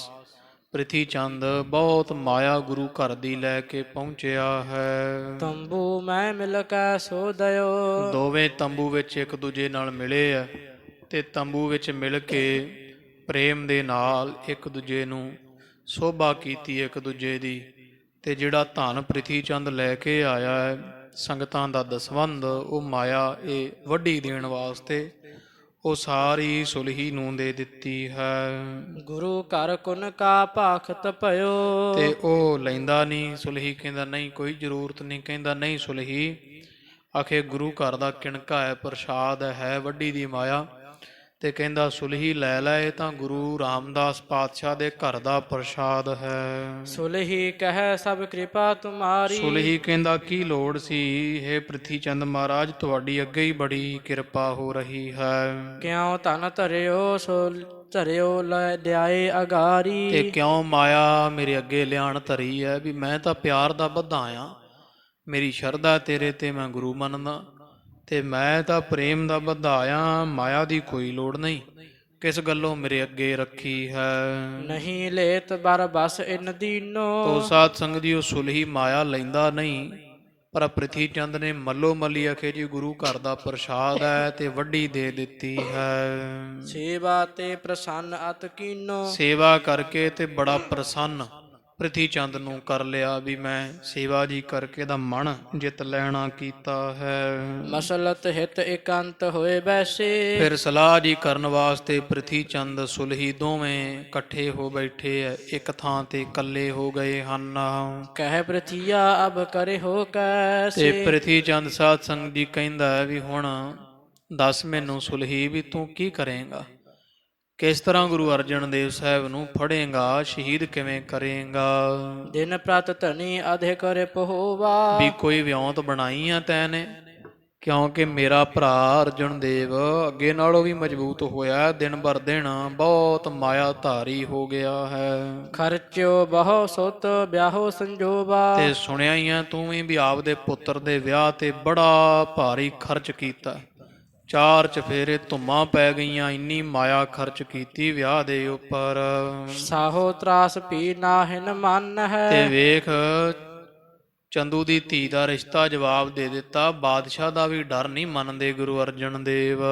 ਉਮਰ ਰਾਵਣ ਕੋ ਕਛੂ ਨ ਜਾਣ ਹੈ। ਤੇ ਤੇਰੇ ਵਰਗਿਆਂ ਨੂੰ ਕੀ ਲਈ ਬੈਠੇ ਆ, ਜਿਹਨੂੰ ਬਾਦਸ਼ਾਹ ਦਾ ਡਰ ਨਹੀਂ ਹੈ, ਦੀਵਾਨ ਦਾ ਕੋਈ ਡਰ ਨਹੀਂ, ਛੋਟੇ ਮੋਟੇ ਅਹਲਕਾਰਾਂ ਉਮਰਾਵ ਦਾ ਕੀ ਡਰ ਰੱਖਣਾ ਹੈ, ਛੋਟੇ ਮੋਟੇ ਨੂੰ ਕੀ ਜਾਣਦੇ ਹਨ। ਸਾਹੋ ਦੀਵਾਨ ਸੁਤਾ ਕੋ ਨਾਤਾ। ਤੇ ਜਿਹੜਾ ਸ਼ਾਹੋ ਹੈ ਆਪਣਾ ਇਹ ਜਹਾਂਗੀਰ, ਵੇਖ ਇਹਦਾ ਦੀਵਾਨ ਹੈ ਚੰਦੂ, ਤੇ ਕਿੱਡੀ ਤਾਕਤ ਹੈ ਚੰਦੂ ਕੋਲ ਸੁਲਹੀ। ਪਰ ਵੇਖੋ ਉਹਦੀ ਪੁੱਤਰੀ ਦਾ ਜਿਹੜਾ ਰਿਸ਼ਤਾ ਆਇਆ ਸੀ, ਮੋਰਿਓ ਕਹਿ ਕੂਕਰ ਬਖਿਆਤਾ। ਕੁੱਤਾ ਕਹਿ ਕੇ ਇਹਨੂੰ ਚੰਦੂ ਨੂੰ ਕਿਹਾ ਤਾਂ ਸਾਧ ਸੰਗਤ ਦੀ ਭਾਵੇਂ ਕਿਸੇ ਸਿੱਖ ਨੇ ਸੀ ਵੀ ਮਹਾਰਾਜ ਇਹਦੇ ਕੁੱਤੇ ਘਰਾੜ ਦਾ ਰਿਸ਼ਤਾ ਨਹੀਂ ਲੈਣਾ ਆਪਾਂ, ਮਰਨ ਦੋ ਇਹਨੂੰ ਕੰਧਾਂ ਵਿੱਚ ਭੌਂਕ ਭੌਂਕ ਕੇ ਚੁਬਾਰੇ ਵਾਲੇ ਨੂੰ। ਪਰ ਪ੍ਰਿਥੀ ਚੰਦ ਕਹਿੰਦਾ ਵੀ ਵੇਖੋ ਬਾਦਸ਼ਾਹ ਦੇ ਦੀਵਾਨ ਨੂੰ ਕੁੱਤਾ ਕਹਿ ਕਰਕੇ ਤੇ ਉਹਦੀ ਪੁੱਤਰੀ ਦਾ ਰਿਸ਼ਤਾ ਮੋੜ ਦਿੱਤਾ। ਐਡਾ ਹੰਕਾਰੇ ਹੋਏ ਆ ਗੁਰੂ ਅਰਜਨ ਦੇਵ, ਇਸ ਤਰ੍ਹਾਂ ਚੁੱਕ ਦੇ ਰਿਹਾ ਹੈ। ਮੋਹੇ ਅਚਰਜ ਹੋਏ ਤਿਸ ਦੇਖੇ। ਕਿ ਮੈਨੂੰ ਤਾਂ ਹੈਰਾਨਗੀ ਹੁੰਦੀ ਆ ਆਪਣੇ ਭਰਾਤਾ ਨੂੰ ਵੇਖ ਵੇਖ ਕੇ ਵੀ ਇਹ ਕਿੱਧਰ ਨੂੰ ਤੁਰ ਪਏ ਹਨ। ਸਭ ਸੋ ਕਰਹਿ ਹੰਕਾਰ ਵਿਸੇਖੇ। ਵੀ ਸਾਰਿਆਂ ਦੇ ਨਾਲ ਵੈਰ ਪਾਈ ਜਾਂਦੇ ਐ, ਦਿਨੋਂ ਦਿਨ ਹੰਕਾਰ ਬਹੁਤ ਵੱਧਦਾ ਜਾਂਦਾ ਹੈ। ਅਬ ਲਾਰੋ ਮਨ ਬਾਂਕੋ ਹੋਵਾ। ਪਰ ਹੈਰਾਨੀ ਦੀ ਗੱਲ ਇਹ ਹੈ ਵੀ ਅਜੇ ਤੱਕ ਵੀ ਇੰਨਾ ਵੈਰ ਖੱਟਿਆ ਦੁਨੀਆ ਤੇ, ਅਰਜੁਨ ਦੇਵ ਦਾ ਵਾਲ ਵੀ ਵਿੰਗਾ ਨਹੀਂ ਹੋਇਆ। ਨਹੀਂ ਤਾਂ ਬਾਦਸ਼ਾਹ ਦੇ ਘਰ ਦੇ ਨਾਲ ਵੈਰ ਪਾ ਕੇ ਅੱਜ ਤੋਂ ਕੋਈ ਜਿਉਂਦਾ ਰਿਹਾ। ਪਰ ਵੇਖ ਮੇਰੇ ਮਿੱਤਰ ਸੁਲਹੀ, ਗੁਰੂ ਅਰਜਨ ਦੇਵ ਵੈਰ ਪਾ ਕੇ ਵੀ ਅੱਜ ਤੱਕ ਉਹਨਾਂ ਦਾ ਵਾਲ ਨਹੀਂ ਵਿੰਗਾ ਹੋਇਆ, ਕੱਖ ਨਹੀਂ ਵਿਗੜਿਆ ਹੈ। ਵਧਤ ਪ੍ਰਤਾਪ ਅਧਿਕ ਹੀ ਜੋਵਾ। ਬਲਕਿ ਵੇਖੀਦਾ ਹੈ ਵੀ ਦਿਨੋਂ ਦਿਨ ਗੁਰੂ ਅਰਜਨ ਦੇਵ ਦਾ ਪ੍ਰਤਾਪ ਤੇਜ ਵੱਧਦਾ ਜਾਂਦਾ ਹੈ। ਸੁਨ ਸੁਲਹੀ ਨੇ ਧੀਰਜ ਦੀਨੋ। ਸੁਣ ਕੇ ਪ੍ਰਿਥੀ ਦੀਆਂ ਗੱਲਾਂ ਸੁਲਹੀ ਚੰਦ ਨੇ ਧੀਰਜ ਦਿੱਤਾ ਹੈ। ਸਾਹੋ ਸੰਗ ਆਵਤ ਕਹਿ ਲੀਨੋ। ਕਹਿੰਦਾ ਕੋਈ ਗੱਲ ਨਹੀਂ ਪ੍ਰਿਥੀ ਚੰਦ, ਹੌਸਲਾ ਰੱਖ, ਮੈਂ ਆਉਂਦਿਆਂ ਸਮੇਂ ਜਹਾਂਗੀਰ ਬਾਦਸ਼ਾਹ ਨੂੰ ਕਹਿ ਆਇਆ ਸਾਂ ਬਹੁਰ ਚੰਦੂ ਕੋ ਸਕਲ ਜਨਾਈ। ਵੀ ਮੈਂ ਗੁਰੂ ਅਰਜਨ ਦੇਵ ਨੂੰ ਜਾਂ ਪਕੜ ਲਵਾਂਗਾ ਜਾਂ ਮਾਰ ਮੁਕਾਵਾਂਗਾ। ਤੇ ਵੈਸੇ ਜਹਾਂਗੀਰ ਨੂੰ ਪਕੜੇ ਦਾ ਹੀ ਕਹਿ ਕੇ ਆਇਆ ਸੀ ਵੀ ਮੈਂ ਕੈਦ ਕਰਾਂਗਾ, ਉਹਨਾਂ ਤੇ ਮੁਕੱਦਮਾ ਚਲਾਓ। ਵੀ ਮਾਝੇ ਦੇ ਲੋਕਾਂ ਨੂੰ ਮਾਮਲਾ ਦੇਣ ਦੇ ਉਲਟ ਕਰਕੇ ਉਕਸਾ ਰਹੇ ਗੁਰੂ ਅਰਜਨ ਦੇਵ। ਬਾਕੀ ਹੈ ਪ੍ਰਿਥੀ ਚੰਦ, ਮੈਂ ਗੁਰੂ ਅਰਜਨ ਦੇਵ ਸਾਹਿਬ ਦੇ ਵੱਡੇ ਵੈਰੀ ਚੰਦੂ ਨੂੰ ਵੀ ਸਾਰੀ ਗੱਲ ਸਮਝਾ ਦਿੱਤੀ ਸੀ। ਸਾਹੋ ਸਮੀਪੀ ਰਹਿ ਸਹਾਈ। ਤੇ ਉਹ ਮੈਨੂੰ ਕਹਿੰਦਾ ਸੀ ਕੋਈ ਨਹੀਂ ਤੂੰ ਜੋ ਚਿੱਤ ਆਉਂਦਾ ਕਰ, ਦਰਬਾਰ ਦਾ ਮਾਮਲਾ ਮੈਂ ਆਪੇ ਸਾਂਭ ਲਵਾਂਗਾ, ਜਿਵੇਂ ਆਉਂਦਾ ਤੂੰ ਕਰ ਲੈ, ਜਿੰਨਾ ਮਰਜ਼ੀ ਜ਼ੁਲਮ ਧੱਕਾ ਕਰ, ਕੋਈ ਤੇਰੀ ਵਾਹ ਵੱਲ ਨਹੀਂ ਵੇਖੇਗਾ। ਤੇ ਮੈਨੂੰ ਚੰਦੂ ਨੇ ਬਹੁਤ ਹੌਸਲਾ ਦਿੱਤਾ, ਚੰਦੂ ਮੇਰੀ ਸਹਾਇਤਾ ਕਰੇਗਾ। ਪਹੁੰਚਤ ਸ਼੍ਰੀ ਅਰਜਨ ਗਹਿ ਲੈ ਹੋ। ਤੇ ਮੈਂ ਹੁਣ ਛੇਤੀ ਇੱਥੋਂ ਜਾ ਕੇ ਗੁਰੂ ਅਰਜਨ ਦੇਵ ਤੇਰੇ ਭਰਾਤਾ ਤੇਰੇ ਵੈਰੀ ਨੂੰ ਪਕੜ ਲੈਣਾ ਹੈ। ਕਰ ਬੰਧਨ ਕਿਸ ਦੁਰਗ ਗਿਰੈ ਹੋ। ਤੇ ਵੇਖੀ ਮੈਂ ਬੰਨ ਕੇ ਨਾ ਕੈਦ ਕਰਕੇ ਤੇਰੇ ਵੈਰੀ ਨੂੰ ਕਿਸੇ ਵੱਡੇ ਕਿਲੇ ਵਿੱਚ ਦੂਰ ਕਿਤੇ ਉਜਾੜ ਵਿੱਚ ਸੁੱਟ ਦੇਣਾ ਹੈ। ਇੱਕ ਦੋਏ ਮਾਸ ਰੱਖਾਂ ਬਿਦ ਐਸੇ। ਤੇ 2 ਇਹਨੇ ਪੁੱਛਿਆ ਸੀ ਨਾ ਵੀ ਤੂੰ ਕੀ ਸੋਚਿਆ। ਪ੍ਰਿਥੀ ਚੰਦ ਕਹਿੰਦਾ ਸੀ ਸੁਲਹੀ ਵੀ ਸੋਚਿਆ ਕੀ ਹੈ ਵੀ ਕਿਵੇਂ ਹੁਣ ਗੁਰੂ ਅਰਜਨ ਦੇਵ ਦਾ ਖਾਤਮਾ ਕਰਨਾ। ਤੇ ਸੁਲਹੀ ਦੱਸਦਾ ਵੀ ਮੇਰੀ ਵਿਉਂ ਤੇ ਹੈ ਵੀ ਮੈਂ ਪਹਿਲਾਂ ਕੈਦ ਕਰਕੇ ਕਿਸੇ ਕਿਲੇ ਵਿੱਚ ਦੂਰ ਕੈਦ ਕਰ ਦੇਵਾਂਗਾ, ਤੇ ਕੁਝ 2-3 ਮਹੀਨੇ ਇਸੇ ਤਰ੍ਹਾਂ ਹੀ ਰੂਪੋਸ਼ ਰੱਖਾਂਗਾ ਕੈਦ ਦੇ ਅੰਦਰ। ਫੇਰ ਲਿਓ ਨਰ ਗਨ ਕਹਿ ਸੰਗੇ ਜੈਸੇ। ਤੇ ਜਿੰਨੇ ਕੁ ਲੋਕ ਨਾਲ ਹੋਣਗੇ ਨਾ ਗੁਰੂ ਅਰਜਨ ਦੇਵ ਸਾਹਿਬ ਦੇ, ਇੱਕਰੀ ਰੌਲਾ ਜ਼ਰੂਰ ਪਾਉਣਗੇ, ਕਿਉਂਕਿ ਸੰਗਤ ਮਗਰ ਬੜੀ ਹੈ। ਜਦੋਂ ਰੌਲਾ ਰੂਲਾ ਪਾਉਣਗੇ ਵੇਖ ਲਵਾਂਗੇ ਵੀ ਉਹ ਜਿੰਨਾ ਕੁ ਬਗਾਵਤ ਹੋਵੇਗੀ ਪੰਜਾਬ ਦੇਸ਼ ਦੇ ਅੰਦਰ, ਉਹ ਸਾਰੀ ਨੂੰ ਸਾਂਭ ਕੇ ਚੰਗੀ ਤਰ੍ਹਾਂ ਦਬਾ ਕੇ ਜਦੋਂ ਸਾਰੇ ਠੰਡੇ ਪੈ ਜਾਵਣਗੇ। ਜਬ ਮਿਟ ਜਾਏ ਕਹਿਨ ਤੇ ਬ੍ਰਿੰਦ, ਤੇ ਜਦੋਂ ਸਾਰੇ ਲੋਕ ਰੌਲਾ ਜਿਹਾ ਪਾਉਣੋਂ ਹਟ ਗਏ ਵੀ ਸਾਡੇ ਗੁਰੂ ਸਾਹਿਬ ਨੂੰ ਰਿਹਾ ਕਰੋ, ਜਦੋਂ ਸਾਰੇ ਦੇ ਸਾਰੇ ਲੋਕ ਰੌਲਾ ਪਾਉਣੋਂ ਹਟ ਜਾਣਗੇ ਜੋ ਗੁਰੂ ਅਰਜਨ ਦੇਵ ਨੂੰ ਮੰਨਦੇ ਹਨ, ਰੁਖ ਲਖ ਲੈ ਹਾਂ ਸ਼ਾਹ ਬਿਲੰਦ। ਫਿਰ ਮੈਂ ਬਾਦਸ਼ਾਹ ਦਾ ਸੁਭਾਅ ਜਿਹਾ ਵੇਖ ਲਵਾਂਗਾ ਵੀ ਹੁਣ ਬਾਦਸ਼ਾਹ ਕੀ ਚਾਹੁੰਦਾ ਹੈ। ਇਹ ਪਾਛੈ ਹੋਏ ਕੈਦ ਮਝਾਰੀ, ਤੇ ਫਿਰ ਉਸ ਤੋਂ ਬਾਅਦ ਗੁਰੂ ਅਰਜਨ ਦੇਵ ਸਾਹਿਬ ਨੂੰ ਕੈਦ ਦੇ ਅੰਦਰ ਕਹਿ ਕਿਹ ਸੋ ਤਬ ਦਹਿਓ ਮਾਰੀ। ਕਿਸੇ ਨੂੰ ਮਾਇਆ ਮੁਆ ਦੇ ਕੇ ਤੇ ਖਾਣੇ ਪ੍ਰਸ਼ਾਦੇ 'ਚ ਜ਼ਹਿਰ ਪਵਾ ਕੇ ਤੇ ਜੇਲ੍ਹ 'ਚ ਹੀ ਮਰਵਾ ਦੇਵਾਂਗੇ। ਇਸ ਤਰ੍ਹਾਂ ਦੀ ਵਿਉਂਤ ਮੇਰੇ ਦਿਮਾਗ ਦੇ ਮਨ ਵਿੱਚ ਚੱਲੀ ਹੈ ਵੀ ਇੱਕ ਵਾਰੀ ਬਗਾਵਤ ਜ਼ਰੂਰ ਹੋਵੇਗੀ। ਬਗਾਵਤ ਤੋਂ ਬਾਅਦ ਉਹ ਬਗਾਵਤ ਜੀ ਦਬਾ ਕੇ ਤੇ ਬਾਅਦ ਵਿੱਚ ਜਦੋਂ ਸਾਰੇ ਭੁੱਲ ਭੱਲ ਜਾਣਗੇ, ਮੁਕੱਦਮਾ ਚੱਲਦਾ ਮੁਕੱਦਮਾ ਲੰਮਾ ਕਰਕੇ ਤੇ ਖਾਣੇ ਪ੍ਰਸ਼ਾਦੇ 'ਚ ਜ਼ਹਿਰ ਆਦਿਕ ਦੇ ਕੇ ਤੇ ਜੇਲ੍ਹ ਦੇ ਅੰਦਰ ਹੀ ਆਪਾਂ ਗੁਰੂ ਅਰਜਨ ਦੇਵ ਨੂੰ ਕਿਸੇ ਦੇ ਹੱਥੋਂ ਮਰਵਾ ਦੇਵਾਂਗੇ। ਤੋਹੇ ਬਨੈ ਹਾਂ ਗੁਰ ਜਗ ਕੇਰਾ, ਤੇ ਫਿਰ ਤੈਨੂੰ ਮੈਂ ਸੰਸਾਰ ਦਾ ਗੁਰੂ ਬਣਾ ਦੇਵਾਂਗਾ। ਗੁਰੂ ਨਾਨਕ ਪਾਤਸ਼ਾਹ ਦਾ ਤਖਤ ਤੇਰੇ ਪਾਸ ਆ ਜਾਏਗਾ। ਚੌਹਾਂ ਦਿਸ਼ ਤੇ ਧਨ ਜਿਤੇ ਧਨ ਮਿਲਹਿ ਕਨੇਰਾ, ਤੇ ਵੇਖੀ ਤੈਨੂੰ ਚਾਰ ਚਫੇਰਿਓਂ ਪ੍ਰਿਥੀ ਚੰਦ ਖੁੱਲੀ ਮਾਇਆ ਦੇ ਗੱਫੇ ਮਿਲਿਆ ਕਰਨੇ ਐ। ਸੰਗਤ ਸਕਲ ਪਾਏ ਤਬ ਪੂਜਹਿ, ਸਾਰੇ ਸਿੱਖ ਸੰਗਤ ਦੇਸ਼ਾਂ ਵਿਦੇਸ਼ਾਂ ਦੀ ਸੰਗਤ ਤੇਰੇ ਚਰਨ ਪੂਜਿਆ ਕਰੇਗੀ। ਸੁਤ ਜਤ ਰਹਿਣ ਦਿਓ ਨਹਿ ਦੂਜਹਿ, ਤੇ ਮੈਂ ਅਰਜੁਨ ਦੇਵ ਜੀ ਨੂੰ ਸ਼ਹੀਦ ਕਰਨ ਤੋਂ ਬਾਅਦ ਉਹਨਾਂ ਦਾ ਪੁੱਤਰ ਵੀ ਨਹੀਂ ਰਹਿਣ ਦੇਣਾ, ਤੇ ਜਿੰਨਾ ਕੋ ਓੜਮਾ ਕੋੜਮਾ ਸਾਕ ਸੰਬੰਧੀ ਆ ਸਾਰੇ ਹੀ ਮਾਰ ਮੁਕਾ ਦੇਵਾਂਗਾ। ਨਿਜ ਬਲ ਤਬਹਿ ਸਫਲਤਾ ਪਾਉ, ਤੇ ਫਿਰ ਮੈਂ ਆਪਦੇ ਵੱਡੇ ਮੁਰਾਤਬੇ ਵੱਡੇ ਮਨਸਬ ਦਾ ਜਦੋਂ ਪੂਰਾ ਲਾਹਾ ਕੱਢ ਲਿਆ, ਫਿਰ ਮੈਂ ਆਪਦੇ ਆਪ ਨੂੰ ਵੱਡਾ ਹਾਕਮ ਜਰਨੈਲ ਕਹਾਉਣ ਦਾ ਹੱਕਦਾਰ ਹੋਵਾਂਗਾ। ਫਿਰ ਮੈਨੂੰ ਸੁਖ ਦਾ ਸਾਹ ਪ੍ਰਾਪਤ ਹੋਵੇਗਾ। ਤੋਬਰੇ ਪਸੁੱਤ ਜੁਤ ਜਬ ਮਿਰਵਾਉ, ਜਦੋਂ ਤੇਰੇ ਦੁਸ਼ਮਣ ਗੁਰੂ ਅਰਜਨ ਦੇਵ ਨੂੰ ਪੁੱਤਰ ਤੇ ਪਰਿਵਾਰ ਦੇ ਸਮੇਤ ਖਤਮ ਕਰ ਦਿੱਤਾ, ਪ੍ਰਿਥੀ ਚੰਦ ਫੇਰ ਮੇਰਾ ਵੱਡਾ ਅਹੁਦਾ ਸਫਲਾ ਹੋਵੇਗਾ। ਨਾਹੀਂ ਤਾਂ ਧਿਕ ਜੀਵਨ ਹੈ ਮੇਰਾ, ਤੇ ਨਹੀਂ ਤਾਂ ਮੇਰਾ ਲਾਹਣਤ ਹੈ ਮੇਰੇ ਜੰਮਣ ਤੇ, ਸੰਸਾਰ ਤੇ ਜਿਉਣਾ ਮੇਰਾ ਬੇਫਲ ਹੈ। ਦਿਓ ਸਖਾ ਕੋ ਸੁਖ ਨਾ ਵਡੇਰਾ, ਕਿਉਂਕਿ ਜੇ ਮੈਂ ਆਪਦੇ ਮਿੱਤਰ ਪ੍ਰਿਥੀ ਚੰਦ ਨੂੰ ਸੁਖ ਹੀ ਨਾ ਦੇ ਸਕਿਆ, ਤੇ ਫਿਰ ਪ੍ਰਿਥੀ ਚੰਦ ਜੇ ਮੈਂ ਤੈਨੂੰ ਖੁਸ਼ੀ ਨਾ ਦੇ ਸਕਿਆ, ਤੇਰੀਆਂ ਖੁਸ਼ੀਆਂ ਨਾ ਲਈਆਂ, ਤੇ ਮੇਰੇ ਲਾਹਣਤ ਹੈ ਸੰਸਾਰ ਤੇ ਜੰਮਣ ਤੇ ਜਿਉਂਦੇ ਰਹਿਣ ਦੇ ਉੱਤੇ। ਨਾਹੀਂ ਤਕਰਤ ਕਾਜ ਅਬ ਸਾਰਾ, ਤੇ ਨਹੀਂ ਤਾਂ ਕਰਤ ਕਾਜ ਅਬ ਸਾਰਾ, ਵੀ ਜੇਕਰ ਮੈਂ ਨਾ ਇਹ ਯਾਰ ਤਾਂ ਚੱਜ ਨਾਲ ਪੜ੍ਹ ਖਾਂ ਕਿੱਥੋਂ ਲੱਗ ਜਾਣਾ ਪੰਕਤੀ ਛੱਡ ਗਿਆ ਵਿੱਚ, ਦੁਬਾਰਾ ਪੜ੍ਹ। ਗਹਿਨ ਤਿਸੈ ਪੂਰ ਅਭਿਲਾਖਾ, ਉਹ ਇਸ ਤਰ੍ਹਾਂ ਇਹ ਕਹਿੰਦਾ ਵੀ ਜੇ ਮੈਂ ਤੈਨੂੰ ਸੁਖ ਹੀ ਨਾ ਦੇ ਸਕਿਆ ਤੇ ਮੇਰੇ ਲਾਹਣਤ ਹੈ ਸੰਸਾਰ ਤੇ ਜੰਮਣ ਤੇ ਗਹਿਨ ਤਿਸੈ ਪੂਰ ਅਭਿਲਾਖਾ। ਇਹ ਪ੍ਰਿਥੀ ਚੰਦ ਕਹਿੰਦਾ, ਸੁਲਹੀ ਕਹਿੰਦਾ ਪ੍ਰਿਥੀ ਚੰਦ ਵੀ ਮੈਨੂੰ ਲਾਹਣਤ ਹੈ ਜੇ ਮੈਂ ਤੇਰਾ ਕਹਿਣਾ ਮੰਨ ਕੇ ਅਰਜੁਨ ਦੇਵ ਨੂੰ ਨਾ ਮਾਰਾਂ ਪਰਿਵਾਰ ਸਮੇਤ, ਕਿਉਂਕਿ ਉਹਨੂੰ ਪਕੜਨ ਦੀ ਪਹਿਲਾਂ ਹੀ ਮੇਰੇ ਮਨ ਵਿੱਚ ਬੜੀ ਇੱਛਾ ਸੀ। ਮੈਂ ਪਹਿਲਾਂ ਵੀ ਇੱਕ ਵਾਰੀ ਤੇਰੇ ਕਹੇ ਤੇ ਆਇਆ ਸੀ। ਗਇਓ ਵਡਾਲੀ ਮਹਿ ਤਬ ਰਾਖਾ, ਤੇ ਉਦੋਂ ਫਿਰ ਵਡਾਲੀ ਚਲੇ ਗਏ ਸੀ ਤੇਰੇ ਵੈਰੀ ਭਰਾ ਗੁਰੂ ਅਰਜਨ ਦੇਵ, ਤੇ ਮੈਂ ਮਗਰ ਚੱਲਿਆ ਸੀ ਵਡਾਲੀ, ਤੇ ਤੂੰ ਰੋਕ ਦਿੱਤਾ ਸੀ ਵੀ ਚਲੋ ਰਹਿਣ ਦੋ, ਜੇ ਹੁਣ ਚਲੇ ਗਏ ਆ ਉਹਨਾਂ ਨੇ ਵਾਪਸ ਨਹੀਂ ਆਉਣਾ, ਤੇ ਅੰਮ੍ਰਿਤਸਰ ਸਾਹਿਬ ਮੈਂ ਸਾਂਭ ਵੀ ਲਿਆ ਆ, ਤੇ ਹੁਣ ਆਪਾਂ ਨਾ ਸੰਗਤਾਂ ਗੁੱਸੇ ਹੋਣਗੀਆਂ ਤੇ ਮੇਰਾ ਕੰਮ ਖਰਾਬ ਹੋਵੇਗਾ। ਤੂੰ ਉਦੋਂ ਮੈਨੂੰ ਰੋਕ ਲਿਆ ਸੀ। ਨਾਹੀਂ ਤਕਰਤ ਕਾਜ ਅਬ ਸਾਰਾ, ਤਬ ਸਾਰਾ ਐਨਕ ਲਾ ਲਿਆ ਕਰ, ਤੋ ਉਦੋਂ ਹੀ, ਨਹੀਂ ਤਾਂ ਮੈਂ ਜਿਹੜਾ ਸਾਰਾ ਕਾਰਜ ਸੀ ਨਾ ਤੇਰਾ, ਜਿਹੜਾ ਕਹੇ ਤੇ ਮੈਨੂੰ ਸੱਦਿਆ ਸੀ ਤੈਂ, ਜੇ ਕਿਤੇ ਉਦੋਂ ਹੀ ਤੂੰ ਦਇਆ ਆਪਣਾ ਨਾਂ ਵਿਖਾਉਂਦਾ ਤੇ ਸਾਰਾ ਉਦੋਂ ਹੀ ਕੰਮ ਸਾਂਭ ਲੈਣਾ ਸੀ। ਮੈਂ ਵਡਾਲੀ ਜਾ ਕੇ ਗੁਰੂ ਅਰਜਨ ਦੇਵ ਨੂੰ ਮਾਰ ਮੁਕਾਉਂਦਾ। ਅਬਲਾ ਹੋਤੀ ਕਭੀ ਕਾ ਮਾਰਾ, ਤੇ ਹੁਣ ਤਾਂ ਮੈਂ ਕਦੋਂ ਦਾ ਮਾਰ ਮੁਕਾਇਆ ਹੁੰਦਾ, ਹੁਣ ਤਾਂ ਕਿਹੜੇ ਵੇਲਿਆਂ ਦੇ ਗੁਰੂ ਅਰਜਨ ਦੇਵ ਭੁੱਲ ਗਏ ਹੁੰਦੇ ਲੋਕ ਸਤਿਗੁਰਾਂ ਨੂੰ।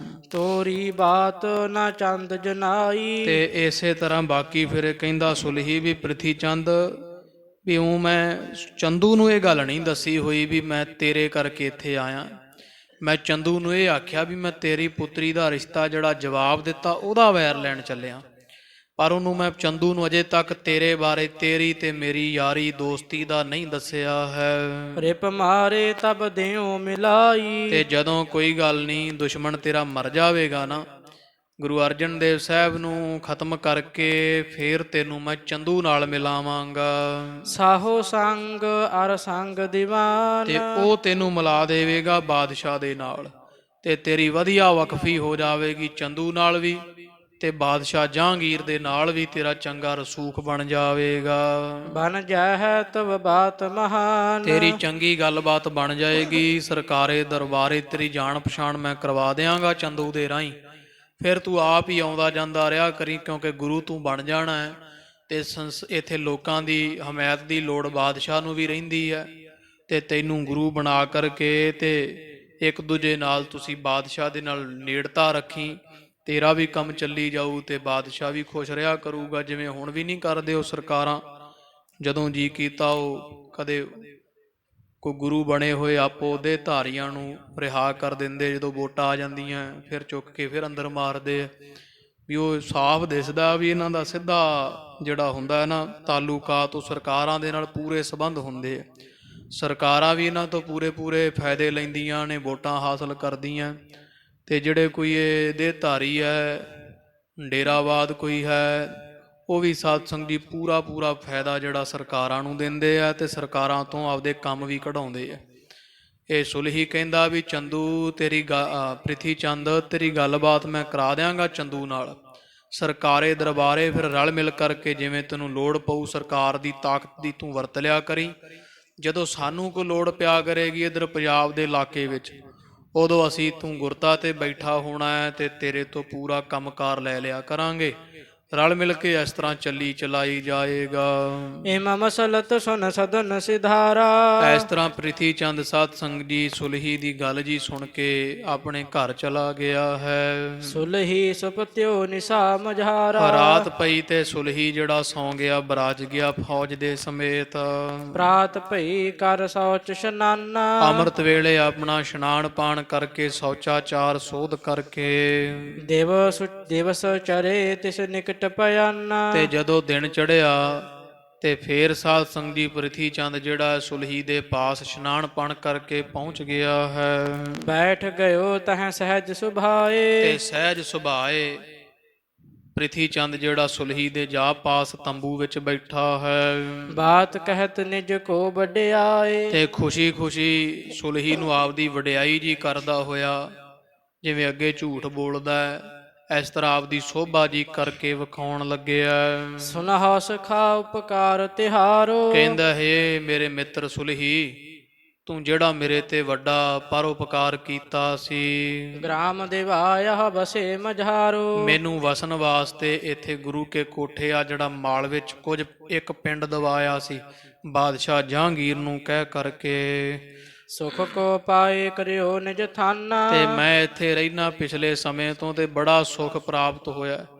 ਤੇ ਮੈਂ ਆ ਵੇਖ ਪਿੰਡ ਬੜਾ ਸੁਧਾਰ ਦੇ ਦਿੱਤਾ ਹੈ, ਬਹੁਤ ਸੁੰਦਰ ਸਥਾਨ ਵੀ ਬਣਾ ਲਏ ਹਨ। ਕੀਨ ਚਿਨਾਵਨ ਮਹਿਲ ਮਹਾਨਾ। ਬੜੇ ਵੱਡਾ ਆਪਦਾ ਮਹਿਲ ਵੀ ਮੈਂ ਸੁੰਦਰ ਬਣਵਾ ਲਿਆ ਹੈ। ਸੋਹਣਾ ਜਿਹੜਾ ਹੈ ਮਹਿਲ ਬੰਗਲਾ ਮੈਂ ਇੱਥੇ ਪਾਇਆ ਪਵਾਇਆ ਹੈ। ਵੱਡੇ ਯਤਨ ਤੇ ਲੱਗੇ ਪਜਾਵੇ। ਤੇ ਮੈਂ ਪਚਾਵੇ ਜਿਹੜੇ ਆ ਹੁਣ ਭੱਠੇ ਕਹਿ ਦਿੰਦੇ, ਉਦੋਂ ਪਜਾਵੇ ਹੁੰਦੇ ਸੀ ਇੱਟਾਂ ਦੇ ਆਵੇ, ਉਹ ਛੋਟੇ ਹੁੰਦੇ ਸੀ ਥੋੜੇ, ਤੇ ਇਹ ਮੈਂ ਆਪਣੇ ਪਜਾਵੇ ਵੀ ਲਾ ਲਏ। ਇਹਦਾ ਕਾਰੋਬਾਰ ਸੀ ਸਾਧ ਸੰਗਤ ਜੀ। ਇਹਨੇ ਉੱਥੇ ਗੁਰੂ ਕੇ ਕੋਠੇ ਨਗਰ ਵਿੱਚ ਨਾ ਇੱਟਾਂ ਦੇ ਪਜਾਵੇ ਲਾਏ ਹੋਏ ਸੀ, ਕਿਉਂਕਿ ਸਰਕਾਰੋਂ ਜ਼ਮੀਨ ਦਾ ਮਾਮਲਾ ਤਾਂ ਦੇਣਾ ਨਹੀਂ ਪੈਂਦਾ ਸੀ ਇਹਨੂੰ। ਉਹ ਇੱਟ ਵੀ ਕਾਫੀ ਇਹਦਾ ਜਿਹੜਾ ਉੱਥੇ ਕਾਰੋਬਾਰ ਸੋਹਣਾ ਚੱਲਿਆ ਹੋਇਆ ਸੀ। ਲਾਗੇ ਉਦੋਂ ਇਹ ਹੈ ਨਹੀਂ ਸੀ ਕਾਰੋਬਾਰ ਕਿਸੇ ਹੋਰ ਦਾ, ਵੱਡਿਆਂ ਦੇ ਪਾਸ ਹੁੰਦਾ ਸੀ। ਤੋ ਇਹ ਦੱਸਦਾ ਹੈ ਵੀ ਮੈਂ ਵੇਖ ਇੱਥੇ ਨਗਰ ਦੇ ਬਾਰ ਪਜਾਵੇ ਇੱਟਾਂ ਪਕਾਉਣ ਵਾਸਤੇ ਲਾ ਲਏ ਹਨ। ਪਾਕ ਈਂਟ ਕਾ ਸਦਨ ਬਣਾਵੇ। ਇੱਟਾਂ ਪੱਕਦੀਆਂ ਤੇ ਮੈਂ ਇੱਥੇ ਪਿੰਡ ਸਾਰਾ ਪੱਕਾ ਕਰ ਰਿਹਾ, ਲੋਕਾਂ ਦੇ ਘਰ ਪਾ ਕੇ ਸੋਹਣੇ ਜਿਹੜੇ ਵੈ ਮਹਿਲ ਬਣਾ ਰਿਹਾ ਹਾਂ। ਕਿਰਪਾ ਠਾਨ ਕਰ ਆਪ ਨਿਹਾਰੋ। ਤੇ ਕਿਰਪਾ ਕਰੋ ਹੇ ਸੁਲਹੀ ਮੇਰੇ ਮਿੱਤਰ, ਚੱਲ ਅੱਜ ਆਪਾਂ ਆਪਣਾ ਪਿੰਡ ਸਾਰਾ ਜਿਹੜਾ ਮੈਂ ਬਣਾਇਆ ਹੈ, ਨਗਰ ਪੱਕਾ ਕਰ ਦਿੱਤਾ ਹੈ ਸਾਰਾ ਅੰਮ੍ਰਿਤਸਰ ਵਾਂਗੂ ਇੱਥੇ ਵੀ ਉਹ ਸਾਰਾ ਆਪਾਂ ਵੇਖ ਕੇ ਆਉਂਦੇ ਹਾਂ। ਮੋਹਿ ਆਨੰਦ ਕੋ ਆਪਨ ਵਿਚਾਰਾ। ਵੀ ਮੇਰੀ ਖੁਸ਼ੀ ਨੂੰ ਤੂੰ ਆਪਦੀ ਖੁਸ਼ੀ ਜਾਣ, ਵੀ ਇਹ ਮੈਂ ਨਹੀਂ ਕੀਤਾ, ਸਾਰਾ ਕੁਝ ਤੇਰਾ ਕੀਤਾ ਹੈ। ਲੋਕ ਬਸਾਏ ਕ੍ਰਿਖੀ ਵਿਸਾਲਾ। ਤੇ ਬੜੀ ਖੇਤੀ ਹੁੰਦੀ ਹੈ। ਮੈਂ ਪਾਸਿਓਂ ਪਿੰਡਾਂ ਤੋਂ ਬੜੇ ਲੋਕ ਲਿਆ ਕੇ ਇੱਥੇ ਵਸਾਏ ਹਨ। ਆਏ ਪਿਦਾਇ ਸਬਹ ਸਭ ਕਾਲਾ। ਤੇ ਬੜੇ ਜਿਹੜੇ ਵੈ ਇੱਥੋਂ ਦੀ ਪੈਦਾਇਸ਼ ਵੱਧ ਰਹੀ ਹੈ, ਸਭ ਤਰ੍ਹਾਂ ਦੇ ਨਾਲ ਇੱਥੇ ਉਪਜ ਵੀ ਵੱਧ ਰਹੀ ਹੈ, ਬੜੀ ਖੇਤੀ ਹੁੰਦੀ ਹੈ। ਫਿਰ ਕਰ ਦੇਖਾ ਚੜ੍ਹਾ ਤੁਰੰਗ। ਚੱਲ ਆਪਾਂ ਘੋੜੇ ਤੇ ਚੜ, ਤੂੰ ਵੀ ਤੇ ਆਪਾਂ ਚੱਲੀਏ, ਸਾਰਾ ਨਗਰ ਤੁਰ ਫਿਰ ਕੇ ਘੁੰਮ ਕੇ ਵੇਖ ਕੇ ਆਉਂਦੇ ਹਾਂ। ਮੈਂ ਚੜ ਚੱਲਾਂ ਕਾਲ ਕੋ ਸੰਗ। ਅੱਜ ਚੱਲਦੇ ਆਂ ਤੇ ਮੈਂ ਕੱਲ ਨੂੰ ਤੇਰੇ ਨਾਲ ਬਾਕੀ ਜਿਹੜਾ ਜਿੰਨਾ ਕੁ ਅੱਜ ਵੇਖਿਆ ਜਾਂਦਾ ਪਿੰਡ ਅੱਜ ਵੇਖ ਲੈਨੇ ਆ, ਤੇ ਬਾਹਰਲੇ ਜਿਹੜੇ ਕੋਈ ਖੇਤ ਸੋਹਣੇ ਬਣੇ, ਕੋਈ ਖੂਹ ਲਵਾਏ ਖੇਤਾਂ ਵਿੱਚ, ਮੈਂ ਉਹ ਆਪਾਂ ਕੱਲ ਦੇ ਦਿਨ ਵੇਖ ਲਵਾਂਗੇ। ਆਜ ਵੇਖੋ ਮੰਦਰ ਅਰ ਆਵੇ। ਅੱਜ ਪਹਿਲਾਂ ਪਿੰਡ ਵੇਖ, ਪਿੰਡ ਦੀਆਂ ਗਲੀਆਂ, ਸੋਹਣੇ ਮਹਿਲ ਬਣੇ ਵੇਖ ਲਈਏ, ਮੇਰਾ ਘਰ ਵੇਖ ਕੇ ਆਉਂਦੇ ਹਾਂ। ਉਸ ਤੋਂ ਬਾਅਦ ਮੇਰੇ ਮਿੱਤਰ ਆਪਾਂ ਜਿਹੜੇ ਮੈਂ ਆਵੇ ਲਾਏ ਆ ਨਾ, ਭੱਠਾ ਕਹਿ ਲਓ, ਆਪਾਂ ਇਹ ਵੇਖ ਕੇ ਆਵਾਂਗੇ। ਤੁਮਹੁ ਦਿਖਾਏ ਹਰਖ ਮੁਝ ਆਵੈ। ਮੈਨੂੰ ਬੜੀ ਖੁਸ਼ੀ ਹੋਊਗੀ ਤੈਨੂੰ ਆਪਣਾ ਸਾਰਾ ਕਾਰੋਬਾਰ ਵਿਖਾ ਕਰਕੇ। ਇਮ ਸੁਨ ਸੁਲਹੀ ਆਨੰਦ ਧਾਰਾ। ਇਉਂ ਸੁਣ ਕੇ ਸਾਧ ਸੰਗੀ ਸੁਲਹੀ ਨੇ ਬੜਾ ਖੁਸ਼ੀ ਆਨੰਦ ਧਾਰਿਆ ਵੈ। ਭਇਓ ਬਿਲੋਕਣ ਕੋ ਤਬ ਤਿਆਰਾ। ਤੇ ਤਿਆਰ ਹੋ ਗਿਆ ਵੀ ਚੱਲ ਆਪਾਂ ਪ੍ਰਿਥੀ ਚੰਦ ਤੇਰਾ ਕਾਰੋਬਾਰ, ਤੇਰਾ ਪਿੰਡ ਵੇਖ ਕੇ ਆਈਏ। ਪੁੱਤਰ ਸਖਾ ਸਗਰੇ ਸੰਗ ਚਾਲੇ। ਨਾਲ ਸੁਲਹੀ ਨੇ ਆਪਦਾ ਪੁੱਤ ਵੀ ਲੈ ਲਿਆ, ਤੇ ਜਿੰਨੇ ਨਾਲ ਫੌਜ ਦੇ ਚੰਗੇ ਮਨਸਬਦਾਰ ਹੈ, ਕੁਝ ਸੈਨਿਕ ਵੀ ਲੈ ਲਏ ਹਨ। ਵਸਤਰ ਸ਼ਾਸਤਰ ਤਨ ਪਹਿਰ ਵਿਸਾਲੇ। ਤਿਆਰ ਬਰ ਤਿਆਰ ਹੋ ਕੇ ਵਸਤਰ ਸ਼ਾਸਤਰ ਪਹਿਨ ਕੇ ਤੁਰ ਪਏ ਵੈ। ਪ੍ਰਿਥੀਏ ਕੋ ਕਰ ਸੋ ਕਰ ਗਹਿਓ। ਤੇ ਪ੍ਰਿਥੀਏ ਦਾ ਹੱਥ ਵਿੱਚ ਹੱਥ ਜਿਹਾ ਫੜ ਕਰਕੇ ਇਹ ਸੁਲਹੀ ਨੇ ਪ੍ਰਥਮ ਗ੍ਰਾਮ ਕੋ ਹੇਰਨ ਚਹਿਓ। ਪਹਿਲਾਂ ਸਾਧ ਸੰਗਤ ਜੀ ਸਾਰਾ ਪਿੰਡ ਜਿਹੜਾ ਨਾ ਪ੍ਰਿਥੀ ਚੰਦ ਨੇ ਜਿੰਨੇ ਕੁ ਕੰਮ ਕੀਤੇ ਸੀ ਉਹ ਵੇਖ ਰਿਹਾ ਹੈ। ਸਨੈ ਸਨੈ ਅੰਤਰ ਚੱਲ ਗਏ। ਤੇ ਵੇਖਦੇ ਹੋਏ ਪਿੰਡ ਨੂੰ, ਮਹਿਲਾਂ ਦੇ ਘਰਾਂ ਦੇ ਅੰਦਰ ਜਿਹੜੇ ਵੱਡੇ ਕੋ ਡਿਉੜੀਆਂ ਬਣੀਆਂ, ਉਹ ਵੇਖਦੇ ਡਿਉੜੀਆਂ ਅੰਦਰ ਗਏ, ਪਿੰਡ ਦੇ ਅੰਦਰ ਗਏ ਹਨ। ਮੰਦਰ ਸਕਲ ਨਿਹਾਰਤ ਭਏ। ਫਿਰ ਪ੍ਰਿਥੀ ਚੰਦ ਦਾ ਬਣਿਆ ਹੋਇਆ ਮਹਿਲ ਸੁਲਹੀ ਵੇਖਣ ਲੱਗਿਆ ਹੈ। ਅਨੇਕ ਭਾਂਤ ਕੀ ਬਾਤਨ ਕਰਤੇ। ਤੇ ਇੱਕ ਦੂਜੇ ਨਾਲ ਬਹੁਤ ਤਰ੍ਹਾਂ ਦੀਆਂ ਗੱਲਾਂ ਕਰੀ ਜਾਂਦੇ ਆ। ਨਾਲੇ ਮਹਿਲ ਕੋ ਪਿੰਡ ਦੇ ਵਿੱਚ ਕੀਤੇ ਹੋਏ ਸੋਹਣੇ ਲੱਗੇ ਖੂਹ ਆਦਿਕ ਵੇਖ ਰਹੇ ਹਨ। ਇਤ ਉਤ ਪ੍ਰੇਰਤ ਹੇਰਤ ਫਿਰਤੇ। ਪ੍ਰਿਥੀ ਚੰਦ ਜਿੱਧਰ ਲੈ ਜਾਂਦਾ ਹੈ ਤੇ ਸੁਲਹੀ ਉਧਰ ਨਾਲ ਤੁਰਿਆ ਫਿਰਦਾ ਹੈ। ਗ੍ਰਾਮ ਦਿਖਾਇਓ ਜਿਤਕ ਬਸਾਇਓ। ਜਿੰਨਾ ਕੁ ਪ੍ਰਿਥੀ ਚੰਦ ਨੇ ਨਗਰ ਵਸਾਇਆ, ਕਿਉਂਕਿ ਰੀਸ ਕਰਦਾ ਹੈ ਨਾ ਵੀ ਗੁਰੂ ਅਰਜੁਨ ਦੇਵ ਮਹਾਰਾਜ ਨੇ ਅੰਮ੍ਰਿਤਸਰ ਵਸਾਇਆ ਤੇ ਮੈਂ ਵੀ ਗੁਰੂ ਕਾ ਕੋਠਾ ਉੱਡਾ ਹੀ ਪਿੰਡ ਬਣਾਵਾਂਗਾ। ਇਹਨੇ ਵੀ ਬੜੇ ਲੋਕ ਭਾਸੋਂ ਆਸੋਂ ਲਿਆ ਕੇ ਵਸਾਏ ਹੋਏ ਸਨ। ਜਿੰਨਾ ਕੁ ਪਿੰਡ ਨੇ ਵਸਾਇਆ ਸੀ ਪ੍ਰਿਥੀਏ ਨੇ, ਉਹ ਸਾਰਾ ਹੀ ਵਿਖਾ ਰਿਹਾ ਹੈ। ਤਹਿ ਤੇ ਪੁਨ ਬਾਹਰ ਨਿਕਸਾਇਓ। ਫਿਰ ਪਿੰਡ ਸਾਰਾ ਵੇਖ ਕੇ ਚੰਗੀ ਤਰ੍ਹਾਂ ਪ੍ਰਿਥੀ ਚੰਦ ਦਾ ਮਹਿਲ ਵੇਖ ਕੇ ਸੁਲਹੀ ਤੇ ਪ੍ਰਿਥੀਆ ਨਗਰ ਚੋਂ ਬਾਹਰ ਨਿਕਲ ਆਏ ਐ। ਚੱਲੇ ਪਚਾਵਣ ਕੀ ਦਿਸ ਫੇਰ। ਤੇ ਜਿੱਥੇ ਸਾਧ ਸੰਗਤ ਜੀ ਪ੍ਰਿਥੀ ਚੰਦ ਨੇ ਆਵੇ ਲਾਈਟਾਂ ਪਕਾਉਣ ਵਾਸਤੇ, ਉਥੇ ਉਸ ਪਾਸੇ ਨੂੰ ਤੁਰ ਪਏ ਹਨ। ਦੀਖਤ ਲੱਗੇ ਜੋ ਉੱਚੇ ਢੇਰ। ਦੂਰੋਂ ਦਿਸਦੇ ਆ ਉੱਚੇ ਉੱਚੇ ਢੇਰ ਲੱਗੇ ਹੋਏ, ਇੱਟਾਂ ਪੱਕ ਰਹੀਆਂ ਨੇ। ਪ੍ਰਿਥੀਏ ਕੀ ਸਰਾਹ ਕੋ ਕਰਤਾ। ਤੇ ਪ੍ਰਿਥੀ ਚੰਦ ਦੀ ਬੜੀ ਸਲਾਹਤਾ ਇਹ ਸੁਲਹੀ ਚੰਦ ਕਰਦਾ ਹੈ। ਮੋਹ ਮਹਿ ਪ੍ਰੀਤ ਵਿਸਾਲ ਵਿਚਰਤਾ। ਤੇ ਮਨ ਚ ਸੋਚਦਾ ਹੈ ਇਹ ਸੁਲਹੀ ਵੀ ਪ੍ਰਿਥੀ ਚੰਦ ਮੇਰੇ ਨਾਲ ਬਹੁਤ ਪ੍ਰੇਮ ਕਰਦਾ, ਬੜਾ ਮੇਰਾ ਸਤਿਕਾਰ ਕਰਦਾ ਹੈ। ਜਬ ਆਵੇ ਪਰ ਲੱਗੇ ਅਰੂਢਣ। ਤੋ ਸਾਧ ਸੰਗਤ ਜੀ ਜਦੋਂ ਉਹ ਲਾਗੇ ਆ ਗਏ, ਭੱਠਾ ਜਾਂ ਆਵੇ ਜਿਹੜੇ ਲੱਗੇ ਹੋਏ ਸੀ, ਤੇ ਜਦੋਂ ਉੱਚਾ ਹੁੰਦਾ ਹੈ ਇੱਟਾਂ ਜੁੜੀਆਂ ਹੋਣ ਕਰਕੇ, ਜਦੋਂ ਉਹਦੇ ਉੱਪਰ ਚੜ੍ਹਨਾ ਹੈ ਸੀ, ਇਹ ਸਾਰੇ ਚੜ੍ਹਨ ਲੱਗੇ ਹਨ। ਨਿਕਟ ਮੀਚ ਆਈ ਤਿਨ ਮੂਢਨ। ਉਹ ਕਵੀ ਜੀ ਕਹਿੰਦੇ ਗੱਲ ਇਹ ਹੈ ਵੀ ਹੁਣ ਇਸ ਮੂਰਖ ਸੁਲਹੀ ਦੀ ਮੌਤ ਨੇੜੇ ਆਈ ਹੋਈ ਹੈ। ਪ੍ਰਿਥੀਏ ਕੋ ਪਿਸ਼ਾਬ ਤਬ ਆਇਓ। ਤੇ ਪ੍ਰਿਥੀ ਚੰਦ ਨੂੰ ਸਤ ਸੰਗਤ ਜੀ ਪਿਸ਼ਾਬ ਦੀ ਕਿਰਿਆ ਜਦੋਂ ਹੋ ਆਈ ਹੈ। ਤਿਆਗਣ ਲੱਗਿਓ ਰਹਿਓ ਪਿਛਵਾਇਓ। ਤੇ ਪ੍ਰਿਥੀ ਚੰਦ ਇਹ ਅੱਗੇ ਤੁਰ ਗਏ ਸੁਲਹੀ ਤੇ ਦੀ ਫੌਜ, ਤੇ ਪ੍ਰਿਥੀ ਚੰਦ ਜਿਹੜਾ ਵਾ ਇਹਨਾਂ ਨੂੰ ਤਾਂ ਚੜ੍ਹਦਾ ਰਾਹ ਵਿਖਾ ਕੇ ਤੇ ਆਪ ਪਿੱਛੇ ਮੁੜ ਆਇਆ ਹੈ। ਸੁਲਹੀ ਨਿਜ ਸੰਗਨ ਸੋ ਕਹੈ। ਤੇ ਸੁਲਹੀ, ਇਹ ਪ੍ਰਿਥੀ ਚੰਦ ਅਜੇ ਥੱਲੇ ਹੀ ਹੈ, ਤੇ ਸੁਲਹੀ ਜਿਹੜਾ ਨਾ ਉਹ ਆਵੇ ਤੇ ਚੜ੍ਹਨ ਲੱਗਿਆ ਤੇ ਆਪਦੇ ਨਾਲ ਦੇ ਸਾਥੀਆਂ ਨੂੰ ਕਹਿੰਦਾ ਹੈ, ਚੱਲਹ ਉਚੇਰੇ ਸਭ ਦਿਸ ਵੀ ਲਹੈ। ਚਲੋ ਆਪਾਂ ਉੱਚੇ ਥਾਂ ਤੇ ਚੜ੍ਹ ਕੇ ਤੇ ਸਾਰਾ ਚਾਰ ਚਫੇਰਾ ਵੇਖ ਕੇ ਆਈਏ। ਖੜੇ ਹੋਏ ਚਾਹ ਦਿਸ਼ ਕੋ ਤੇ ਹੇਰੈ। ਉੱਚੇ ਥਾਂ ਖੜ ਕੇ ਆਪਾਂ ਸਾਰਾ ਚਾਰ ਚਫੇਰਾ ਉੱਚੇ ਥਾਂ ਤੋਂ ਦਿਸ ਜਾਵੇਗਾ ਤੇ ਨਾਲੇ ਦੂਰ ਤੱਕ ਨਿਗਾਹ ਮਾਰਦੇ ਆਂ ਵੀ ਕਿਹੋ ਜਿਹਾ ਇਲਾਕਾ ਸੁੰਦਰ ਹੈ। ਪਹੁੰਚਹਿ ਦ੍ਰਿਸ਼ਟ ਦੂਰ ਅਰ ਨੀਰੈ। ਨਾਲੇ ਦੂਰ ਨਿਗਾਹ ਪਹੁੰਚ ਜਾਵੇਗੀ, ਨੇੜੇ ਦੂਰ ਸਾਰਾ ਕੁਝ ਹੀ ਦਿਸ ਜਾਵੇਗਾ ਵੀ ਪ੍ਰਿਥੀ ਚੰਦ ਕਿੱਧਰ ਖੇਤਾਂ 'ਚ ਲਈ ਫਿਰੇਗਾ। ਇੱਥੋਂ ਉੱਚੇ ਥਾਂ ਤੇ ਚੜ੍ਹ ਕੇ ਹੀ ਆਪਾਂ ਸਾਰਾ ਇਲਾਕਾ ਵੇਖ ਲੈਨੇ ਆ, ਦੂਰ ਨੇੜੇ ਦਾ ਸਭ ਕੁਝ ਦਿਸ ਜਾਵੇਗਾ। ਇਮ ਕਹਿ ਚੜਿਓ ਬੇਗ ਤੇ ਮਾਨੀ। ਤੇ ਹੰਕਾਰੀ ਸੁਲਹੀ ਸਾਧ ਸੰਗ ਜੀ ਇਸ ਤਰ੍ਹਾਂ ਕਹਿ ਕੇ ਨਾ ਤੇ ਬੜਾ ਤੇਜ਼ੀ ਦੇ ਨਾਲ ਉਤਾਂ ਨੂੰ ਚੜਿਆ ਹੈ। ਨਹਿ ਬਲ ਨੀਕੇ ਥਲ ਪਿਖ ਅਗਵਾਨੀ। ਤੇ ਹੰਕਾਰੀ ਆ ਤੇ ਬਲ ਜਾ ਲਾ ਕੇ ਜਦੋਂ ਚੜਿਆ ਤੇ ਚੰਗਾ ਮਾੜਾ ਥਾਂ ਨਹੀਂ ਵੇਖਿਆ, ਕਿਉਂਕਿ ਇਹ ਰਾਜਸੀ ਲੋਕਾਂ ਨੂੰ ਪਤਾ ਨਹੀਂ ਨਾ, ਆਮ ਵੀ ਕਿਸੇ ਨੂੰ ਪਤਾ ਨਹੀਂ ਹੁੰਦਾ ਵੀ ਕਿਹੜਾ ਕਾਰਜ ਕਿਵੇਂ ਚੱਲਦਾ ਕਿੱਥੇ। ਤੋ ਇਸ ਤਰ੍ਹਾਂ ਜਦੋਂ ਹੁਣ ਇਹਦੀ ਕੋਈ ਮਰਿਆਦਾ ਹੁੰਦੀ ਹਰੇਕ ਚੀਜ਼ ਦੀ, ਕਿੱਥੇ ਤੁਰਨਾ, ਕਿਹੜੇ ਜਿਹੜੇ ਚਲਾਉਣ ਵਾਲੇ ਉਹਨਾਂ ਨੂੰ ਤਾਂ ਪਤਾ ਵੀ ਕਿੱਥੇ ਪੈਰ ਰੱਖਣਾ ਕਿੱਥੇ ਨਹੀਂ। ਤੇ ਉਹ ਬੜਾ ਬਲ ਜਾ ਲਾ ਕੇ ਹੰਕਾਰੀ ਪ੍ਰਿਥੀ ਜਿਹੜਾ ਹੈ ਸੁਲਹੀ ਤੇ ਭੱਠੇ ਤੇ ਇੱਕੋ ਵਾਰੀ ਚੜ ਬੈਠਾ ਹੈ। ਦੌੜਿਓ ਜਾਤ ਸੰਗ ਸਭ ਲੀਏ। ਤੇ ਕੋਈ ਨਹੀਂ ਵੇਂਦਾ ਵੀ ਕਿੱਥੇ ਤੁਰਨਾ ਕਿੱਥੇ ਨਹੀਂ, ਤੇ ਆਪਦੇ ਨਾਲ ਸਾਰਿਆਂ ਨੂੰ ਲੈ ਕੇ ਤੇ ਦੌੜਿਆ ਤੁਰਿਆ ਜਾਂਦਾ ਹੈ। ਏਕ ਸਵਾਸ ਚੜ ਹੈ ਹਠ ਕੀਏ। ਕਿਉਂਕਿ ਇਹਨੇ ਸ਼ਰਤ ਜੀ ਲਾਈ ਸੀ ਨਾਲਦਿਆਂ ਨਾਲ ਵੀ ਆਪਾਂ ਇੱਕੋ ਸਾਹ ਵਿੱਚ ਤਾਂ ਚੜ੍ਹਨਾ ਸਾਰਿਆਂ ਨੇ। ਇਸ ਤਰ੍ਹਾਂ ਹਠ ਜੀ ਕਰਕੇ ਇੱਕੋ ਸਾਹ ਵਿੱਚ ਭੱਜ ਕੇ ਉੱਪਰ ਨੂੰ ਚੜ੍ਹੇ ਹਨ ਸਾਰੇ। ਹੋਣਹਾਰ ਨੇ ਮਤ ਵਿੱਚ ਲਾਈ। ਗੱਲ ਕਵੀ ਜੀ ਕਹਿੰਦੇ ਆ ਵਿਚਲੀ ਵੀ ਜਦੋਂ ਜਿਹੜੀ ਹੋਣੀ ਹੁੰਦੀ ਆ ਨਾ, ਉਹ ਬੰਦੇ ਦੀ ਮੱਤ ਮਾਰ ਦਿੰਦੀ ਆ। ਉਹ ਨਹੀਂ ਫਿਰ ਚੰਗੀ ਮਾੜੀ ਵਿਚਾਰ ਸਭ ਮਰ ਜਾਂਦੀ, ਅੰਨਾ ਹੋ ਜਾਂਦਾ ਜਦੋਂ ਮੌਤ ਲਾਗੇ ਆਉਂਦੀ ਹੈ ਤੇ ਬੁੱਧੀ ਬੰਦ ਹੋ ਜਾਂਦੀ। ਸੋਚਣਾ ਸਭ ਜਿਹੜੇ ਆ ਨਾ ਉਹ ਜੇ ਇਸ ਤਰ੍ਹਾਂ ਕਾਸ਼, ਉਹ ਸਾਰੇ ਬੰਦ ਹੋ ਜਾਂਦੇ ਵੀ ਮੈਂ ਇਸ ਤਰ੍ਹਾਂ ਕਰ ਲਵਾਂਗਾ। ਉਹ ਸਿਆਣਪ ਜਿਹੜੀ ਸਾਰੀ ਪਰਮੇਸ਼ਰ ਮਾਰ ਦਿੰਦਾ ਜਦੋਂ ਮੌਤ ਲਾਗੇ ਆਉਂਦੀ ਹੈ। ਸਨੇ ਸਨੇ ਨਹਿ ਕੀਨ ਚੜਾਈ। ਵੀ ਮਾਤੀ ਮਾਰੀ ਹੋਈ ਕਵੀ ਜੀ ਕਹਿੰਦੇ ਵੀ ਹੋ ਸਕਦਾ ਜੇ ਨਾ ਆਈ ਹੁੰਦੀ ਤੇ ਹੌਲੀ ਹੌਲੀ ਚੜ੍ਹਦਾ, ਪਰ ਹੌਲੀ ਹੌਲੀ ਨਹੀਂ ਚੜ੍ਹਿਆ, ਤੇਜ਼ੀ ਨਾਲ ਚੜ੍ਹਿਆ ਕਿਉਂਕਿ ਲਾਗੇ ਮੌਤ ਆ ਗਈ ਹੈ। ਸ੍ਰੀ ਅਰਜਨ ਜੀ ਸ਼ਬਦ ਬਣਾਇਓ। ਬਾਕੀ ਧੰਨ ਗੁਰੂ ਅਰਜਨ ਦੇਵ ਪਾਤਸ਼ਾਹ ਮਹਾਰਾਜ ਨੇ ਜਿਹੜਾ ਸੰਗਤਾਂ ਨੂੰ ਸ਼ਬਦ ਆਖਿਆ ਹੋਇਆ ਸੀ ਨਾ, ਉਹ ਅੱਗੇ ਜਿਵੇਂ ਆ ਜਾਣਾ ਵੀ ਮਹਾਰਾਜ ਨੇ ਪਹਿਲਾਂ ਹੀ ਉਚਾਰ ਦਿੱਤਾ ਸੀ, ਸੁਲਹੀ ਤੇ ਨਾਰਾਇਣ ਰਾਖ, ਸੁਲਹੀ ਕਾ ਹਾਥ ਕਹੀ ਨਾ ਪਹੁੰਚੈ, ਕਿਹੇ ਪਰਮੇਸ਼ਰ ਸੁਲਹੀ ਤੋਂ ਸਾਡੀ ਰੱਖਿਆ ਕਰਨੀ ਤੈਂ।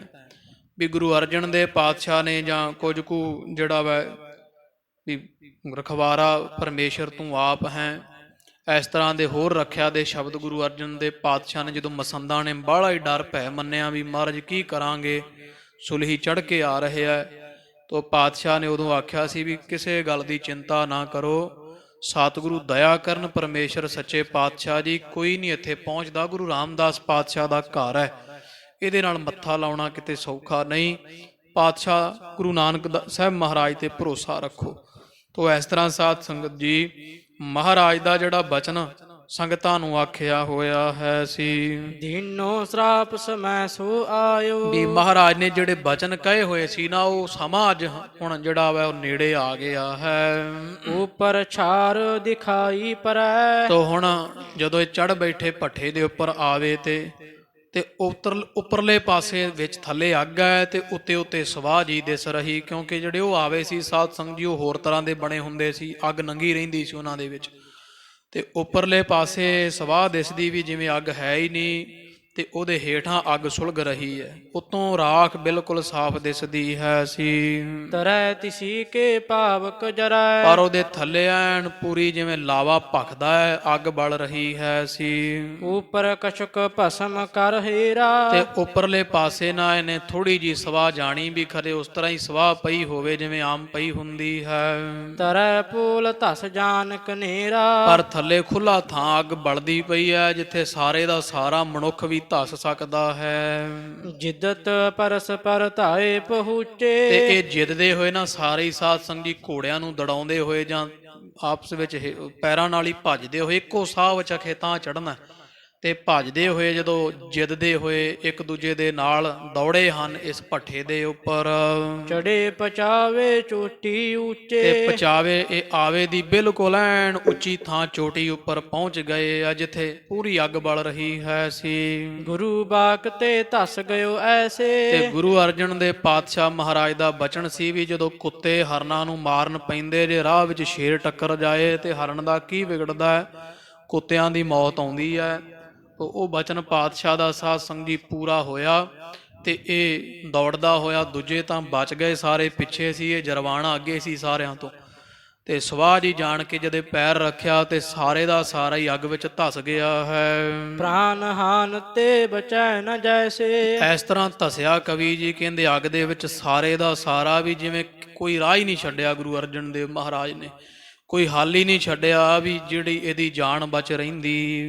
ਧਸਤ ਭਸਮ ਤੇ ਉਛਰਿਓ ਬਲ ਤੇ। ਜਦੋਂ ਸਵਾਹ ਜੀ ਵਿੱਚ ਧਸਿਆ ਨਾ ਤੇ ਬਾਹਾਂ ਦਾ ਬਲ ਲਾ ਕੇ ਨਾ ਪਾਸੋਂ ਇੱਟਾਂ ਨੂੰ ਹੱਥ ਪਾ ਕੇ ਤੇ ਇੱਕੋ ਵਾਰੀ ਤਾਂ ਚੜਨ ਨੂੰ ਪਿਆ ਹੈ। ਨਿਕਸੋ ਗਇਓ ਨਹੀਂ ਤਿਸ ਥਲ ਤੇ। ਪਰ ਫਿਰ ਉਵੇਂ ਡਿੱਗ ਪਿਆ ਕਰੇ, ਫਿਰ ਜ਼ੋਰ ਜਿਹਾ ਮਾਰ ਕੇ ਬਾਹਾਂ ਦਾ ਨਿਕਲਣਾ ਚਾਹੁੰਦਾ ਹੈ ਪਰ ਉਹਨਾਂ ਜਿੰਨਾ ਜ਼ੋਰ ਪਾਉਂਦਾ ਉਹਨਾਂ ਥੱਲੇ ਧਸੀ ਜਾਂਦਾ ਹੈ। ਬਾਹਰ ਗਿਰਿਓ ਤਿਸ ਹੀ ਮਹਿ ਜਾਏ। ਜਦੋਂ ਨਿਕਲਦਾ ਬਾਹਰ ਇੱਕੋ ਵਾਰੀ ਫੇਰ ਹੱਥ ਛੁੱਟ ਜਾਂਦੇ ਐ, ਫੇਰ ਉਸੇ ਅੱਗ ਵਿੱਚ ਜਾ ਡਿੱਗਦਾ ਹੈ। ਸਾਥੀ ਗਹਿਨ ਹੇਤ ਉਤਲਾਏ। ਜਿਹੜੇ ਉਹ ਨਾਲ ਦੇ ਐ, ਜਿਹੜੇ ਸੈਨਿਕ ਐ, ਫੌਜ ਐ, ਉਹ ਹੱਥ ਜੇ ਸੁੱਟਦੇ ਐ, ਕੋਈ ਚੀਜ਼ਾਂ ਫੜਾਉਂਦੇ ਐ, ਕੱਪੜਾ ਸੁੱਟਦੇ ਐ ਵੀ ਕਿਸੇ ਨਾ ਕਿਸੇ ਤਰ੍ਹਾਂ ਅਸੀਂ ਇਹਨੂੰ ਜਿਉਂਦਾ ਕੱਢ ਲਈਏ। ਹਾਏ ਹਾਏ ਕਰਤੇ ਤਰ ਫਰਿਓ। ਪਰ ਇਹ ਸੁਲਹੀ ਜਿਹੜਾ ਅੱਗ ਦੇ ਵਿੱਚ ਜਦੋਂ ਲੱਤਾਂ ਗਲਣ ਲੱਗ ਪਈਆਂ, ਹਾਏ ਹਾਏ ਦੀ ਆਵਾਜ਼ ਮਾਰਦਾ ਤੇ ਚੀਕਾਂ ਕੂਕਾਂ ਦੇ ਨਾਲ ਅਸਮਾਨ ਗੂੰਜਦਾ ਹੈ। ਉਛਰ ਉਛਰ ਤਿਸ ਮਹਿ ਹੀ ਪਰਿਓ। ਤੇ ਮੁੜ ਮੁੜ ਕੇ ਉਹਦੇ ਵਿੱਚ ਹੀ ਡਿੱਗਦਾ ਹੈ। ਬਾਹਾਂ ਅਜੇ ਸਲਾਮਤ ਹੈ, ਥੱਲਿਓਂ ਪੈਰ ਗਲਣੇ ਸ਼ੁਰੂ ਹੋ ਗਏ ਅੱਗ ਨਾਲ। ਜਦੇ ਹੀ ਛਾਲਾ ਮਾਰ ਕੇ ਇੱਕ ਵਾਰ ਬਾਹਾਂ ਦਾ ਜ਼ੋਰ ਜਾ ਪਾ ਕੇ ਤਾਂ ਆਉਂਦਾ ਤੇ ਫਿਰ ਬਾਂਹ ਛੁੱਟ ਜਾਂਦੇ, ਹੱਥ ਛੁੱਟ ਜਾਂਦੇ ਆ, ਫਿਰ ਉਹਦੇ ਵਿੱਚ ਡਿੱਗਦਾ। ਕਦੇ ਤਾਂ ਆਉਂਦਾ, ਹਾਏ ਹਾਏ ਕਰਦਾ, ਬਚਾਓ ਬਚਾਓ ਦੀਆਂ ਆਵਾਜ਼ਾਂ ਮਾਰਦਾ ਤੇ ਪੁਨਾ ਪੁਨਾ ਫੇਰ ਉਹਦੇ ਵਿੱਚ ਡਿੱਗ ਜਾਂਦਾ ਹੈ। ਉਤੋ ਹਾਥ ਮਹਿ ਖਰ ਗੰਡਾਸਾ। ਇਹਦੇ ਹੱਥ ਵਿੱਚ ਸਾਧ ਸੰਗ ਦੀ ਸ਼ਾਸਤਰ ਸੀ, ਇੱਕ ਗੰਡਾਸਾ ਜਾਂ ਕੁਹਾੜਾ, ਇਸ ਤਰ੍ਹਾਂ ਦਾ ਇਹਦੇ ਹੱਥ ਵਿੱਚ ਇੱਕ ਸ਼ਾਸਤਰ ਵੀ ਹੈ ਸੀ।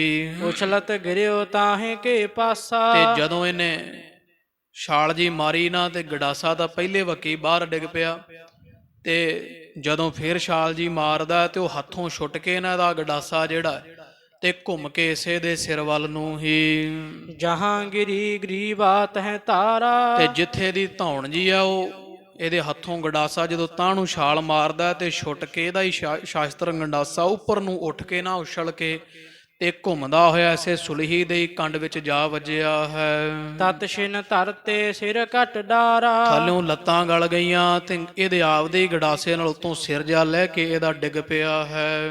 ਅਗਨ ਸਾਥ ਤਨ ਪਰਥਾ ਭਇਓ। ਤੇ ਸਾਰੇ ਦਾ ਸਾਰਾ ਸਰੀਰ ਕਵੀ ਜੀ ਕਹਿੰਦੇ ਵੇਂਦਿਆਂ ਵੇਂਦਿਆਂ ਹੀ ਜਿਹੜਾ ਇਹ ਸੁਲਹੀ ਮਹਾਰਾਜ ਤੇ ਚੜ ਕੇ ਆਇਆ ਤੇ ਭੜਥਾ ਬਣ ਗਿਆ ਹੈ।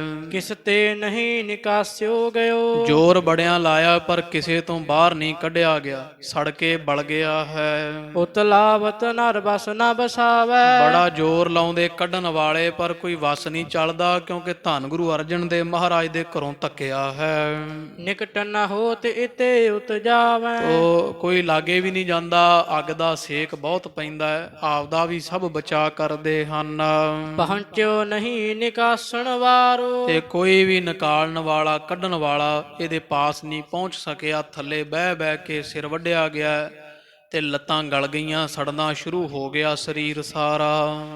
ਦੂਰ ਹਟੇ ਕੁਛ ਚੱਲਿਓ ਨਾ ਚਾਰੋ। ਤੇ ਜਿਹੜੇ ਉਹ ਕੱਢਣ ਵਾਲੇ ਆ ਜਦੋਂ ਵੇਖਿਆ ਵੀ ਸਿਰ ਵੀ ਵੱਢਿਆ ਗਿਆ, ਹੁਣ ਪਿੱਛੇ ਹਟ ਗਏ ਆ, ਕੋਈ ਇਹਨਾਂ ਦਾ ਚਾਰਾ ਨਹੀਂ ਚੱਲਿਆ। ਆਪ ਜਲਨ ਤੇ ਗਾਤ ਬਚਾਵੈ। ਕਿਉਂਕਿ ਜਾਨ ਸਭ ਨੂੰ ਪਿਆਰੀ ਆ, ਆਪਦਾ ਸਰੀਰ ਸਾਰੇ ਬਚਾਉਂਦੇ ਆ ਤੇ ਪਿੱਛੇ ਹਟ ਗਏ ਸਾਰੇ ਹੀ। ਸੇ ਜਲ ਗਇਓ ਨਾ ਕੋ ਨਿਕਸਾਵੈ। ਉਹ ਕਵੀ ਜੀ ਕਹਿੰਦੇ ਕਿਹਨੇ ਕੱਢਣਾ ਸੀ ਇਹਨੂੰ, ਪਾਪੀ ਨੂੰ, ਸੜ ਗਿਆ ਇਹਦੇ ਵਿੱਚ ਹੀ ਅੱਗ ਦੇ ਨਾਲ, ਕਿਸੇ ਨੇ ਕੱਢਿਆ ਨਹੀਂ ਹੈ। ਰੋਦਤ ਉੱਚੇ ਕਰਤ ਪੁਕਾਰੂ। ਤੇ ਜਿਹੜੇ ਇਹਦੇ ਨਾਲ ਫੌਜ ਜੀ ਆਈ ਹੈ, ਹੁਣ ਪੁੱਬਾਂ ਮਾਰਦੇ ਆ, ਉੱਚੀ ਉੱਚੀ ਚੀਕਾਂ ਮਾਰਦੇ, ਆਵੇ ਦੇ ਉੱਪਰ ਉੱਚੇ ਥਾਂ ਤੇ ਖੜ ਖੜ ਕੇ ਮਰਿਓ ਜਰਤ ਹਮਰੋ ਸਿਰਦਾਰੂ। ਕਹਿੰਦੇ ਹਾਏ ਸਾਡਾ ਸਰਦਾਰ ਉਹ ਸੜ ਕੇ ਮਰ ਗਿਆ ਹੈ। ਪ੍ਰਿਥਿਆ ਸੁਣ ਦੌਰਤ ਚੜ ਗਇਓ। ਇਧਰ ਪ੍ਰਿਥੀ ਚੰਦ ਥੱਲੇ ਹੀ ਸੀ ਅਜੇ, ਜਦੋਂ ਇਹਨੇ ਸੁਣਿਆ ਵੀ ਕੌਣ ਸੜ ਗਿਆ ਹੈ, ਤੇ ਦਵਾ ਦਵ ਭੱਜ ਕੇ ਵੀ ਉੱਪਰ ਚੜਿਆ ਹੈ। ਕਰਿਓ ਬਿਲੋਕਣ ਪੁਰਥਾ ਭਇਓ। ਤੇ ਜਦੋਂ ਵੇਖਿਆ ਸੁਲਹੀ ਦਾ ਭੜਥਾ ਬਣਿਆ, ਕਵੀ ਜੀ ਕਹਿੰਦੇ ਇਹਦੀਆਂ ਵੀ ਅੱਖਾਂ ਅੱਡੀਆਂ ਰਹਿ ਗਈਆਂ, ਵੇਖ ਕੇ ਹੈਰਾਨ ਹੋ ਗਿਆ ਹੈ। ਵੱਡੇ ਜਤਨ ਤੇ ਤਬ ਨਿਕਸਾਵਾ। ਤੇ ਮਸਾਂ ਖਿੱਚ ਖੁੱਚ ਕੇ ਕੋਈ ਪਾ ਕੇ ਲੋਹੇ ਦੇ ਸੰਦ ਸਪੈੜੇ, ਤੇ ਮਸਾਂ ਅੱਗ ਦੇ ਵਿੱਚੋਂ ਉਹਦਾ ਮਰਿਆ ਸਰੀਰ ਕੱਢਿਆ ਹੈ। ਚਰਬੀ ਸੇਤ ਦੇਹ ਦਰਸਾਵਾ। ਉਤਲੀ ਚਮੜੀ ਸੜ ਗਈ, ਤੇ ਸਾਧ ਸੰਗ ਜੀ ਉਹ ਜਿਹੜੇ ਚਿੱਟਾ ਜਿਹਾ ਮਾਸ ਵਿੱਚੋਂ ਦਿਸਦਾ ਸਾਰਾ, ਉੱਪਰਲਾ ਮਾਸ ਸੜ ਗਿਆ ਹੈ, ਤੇ ਵਿੱਚੋਂ ਚਿੱਟੀ ਚਰਬੀ ਸਾਰੇ ਸਰੀਰ ਵਿੱਚ ਦਿਸਦੀ ਹੈ। ਹਾਏ ਹਾਏ ਕਹਿ ਪ੍ਰਿਥਿਆ ਰੋਇਓ। ਤੇ ਪ੍ਰਿਥੀ ਚੰਦ ਦਾ ਹੁਣ ਕੰਮ ਖਰਾਬ ਹੋ ਗਿਆ, ਇਹਨੇ ਜੋ ਸੱਦਿਆ ਸੀ, ਹਾਏ ਹਾਏ ਕਰਕੇ ਪ੍ਰਿਥੀ ਚੰਦ ਰੋ ਰਿਹਾ, ਪਿੱਟਦਾ ਹੈ। ਕਾਰਨ ਕੌਣ ਅਚਾਨਕ ਹੋਇਓ। ਨਾਲੇ ਰੋਂਦਾ ਕਹਿੰਦਾ ਇਹ ਕੀ ਕਾਰਨ ਬਣ ਗਿਆ, ਅਚਾਨਕ ਹੀ ਮੇਰਾ ਮਿੱਤਰ ਜਿਹੜਾ ਮਰ ਗਿਆ ਅੱਗ ਵਿੱਚ ਸੜ ਕਰਕੇ। ਮਿਹਰਬਾਨ ਕੇ ਸਹਿਤ ਪੁਕਾਰਾ। ਤੇ ਜਿਵੇਂ ਮਿਹਰਬਾਨ ਦੇ ਸਹਿਤ, ਵੀ ਜਿਵੇਂ ਮਿਹਰਬਾਨ ਮਰਿਆ ਹੋਵੇ ਨਾ, ਕਵੀ ਜੀ ਕਹਿੰਦੇ ਇਸ ਤਰ੍ਹਾਂ ਪ੍ਰਿਥੀ ਚੰਦ ਜਿਵੇਂ ਪੁੱਤ ਮਰ ਜਾਂਦਾ, ਇਸ ਤਰ੍ਹਾਂ ਸੁਲਹੀ ਨੂੰ ਪਿੱਟਦਾ ਹੈ। ਅਸਰ ਬਿਲੋਚਨ ਤੇ ਗਨ ਡਾਰੈ। ਬੜੇ ਅੱਖਾਂ ਦੇ ਵਿੱਚੋਂ ਹੰਝੂ ਕੇਰ ਰਿਹਾ ਹੈ।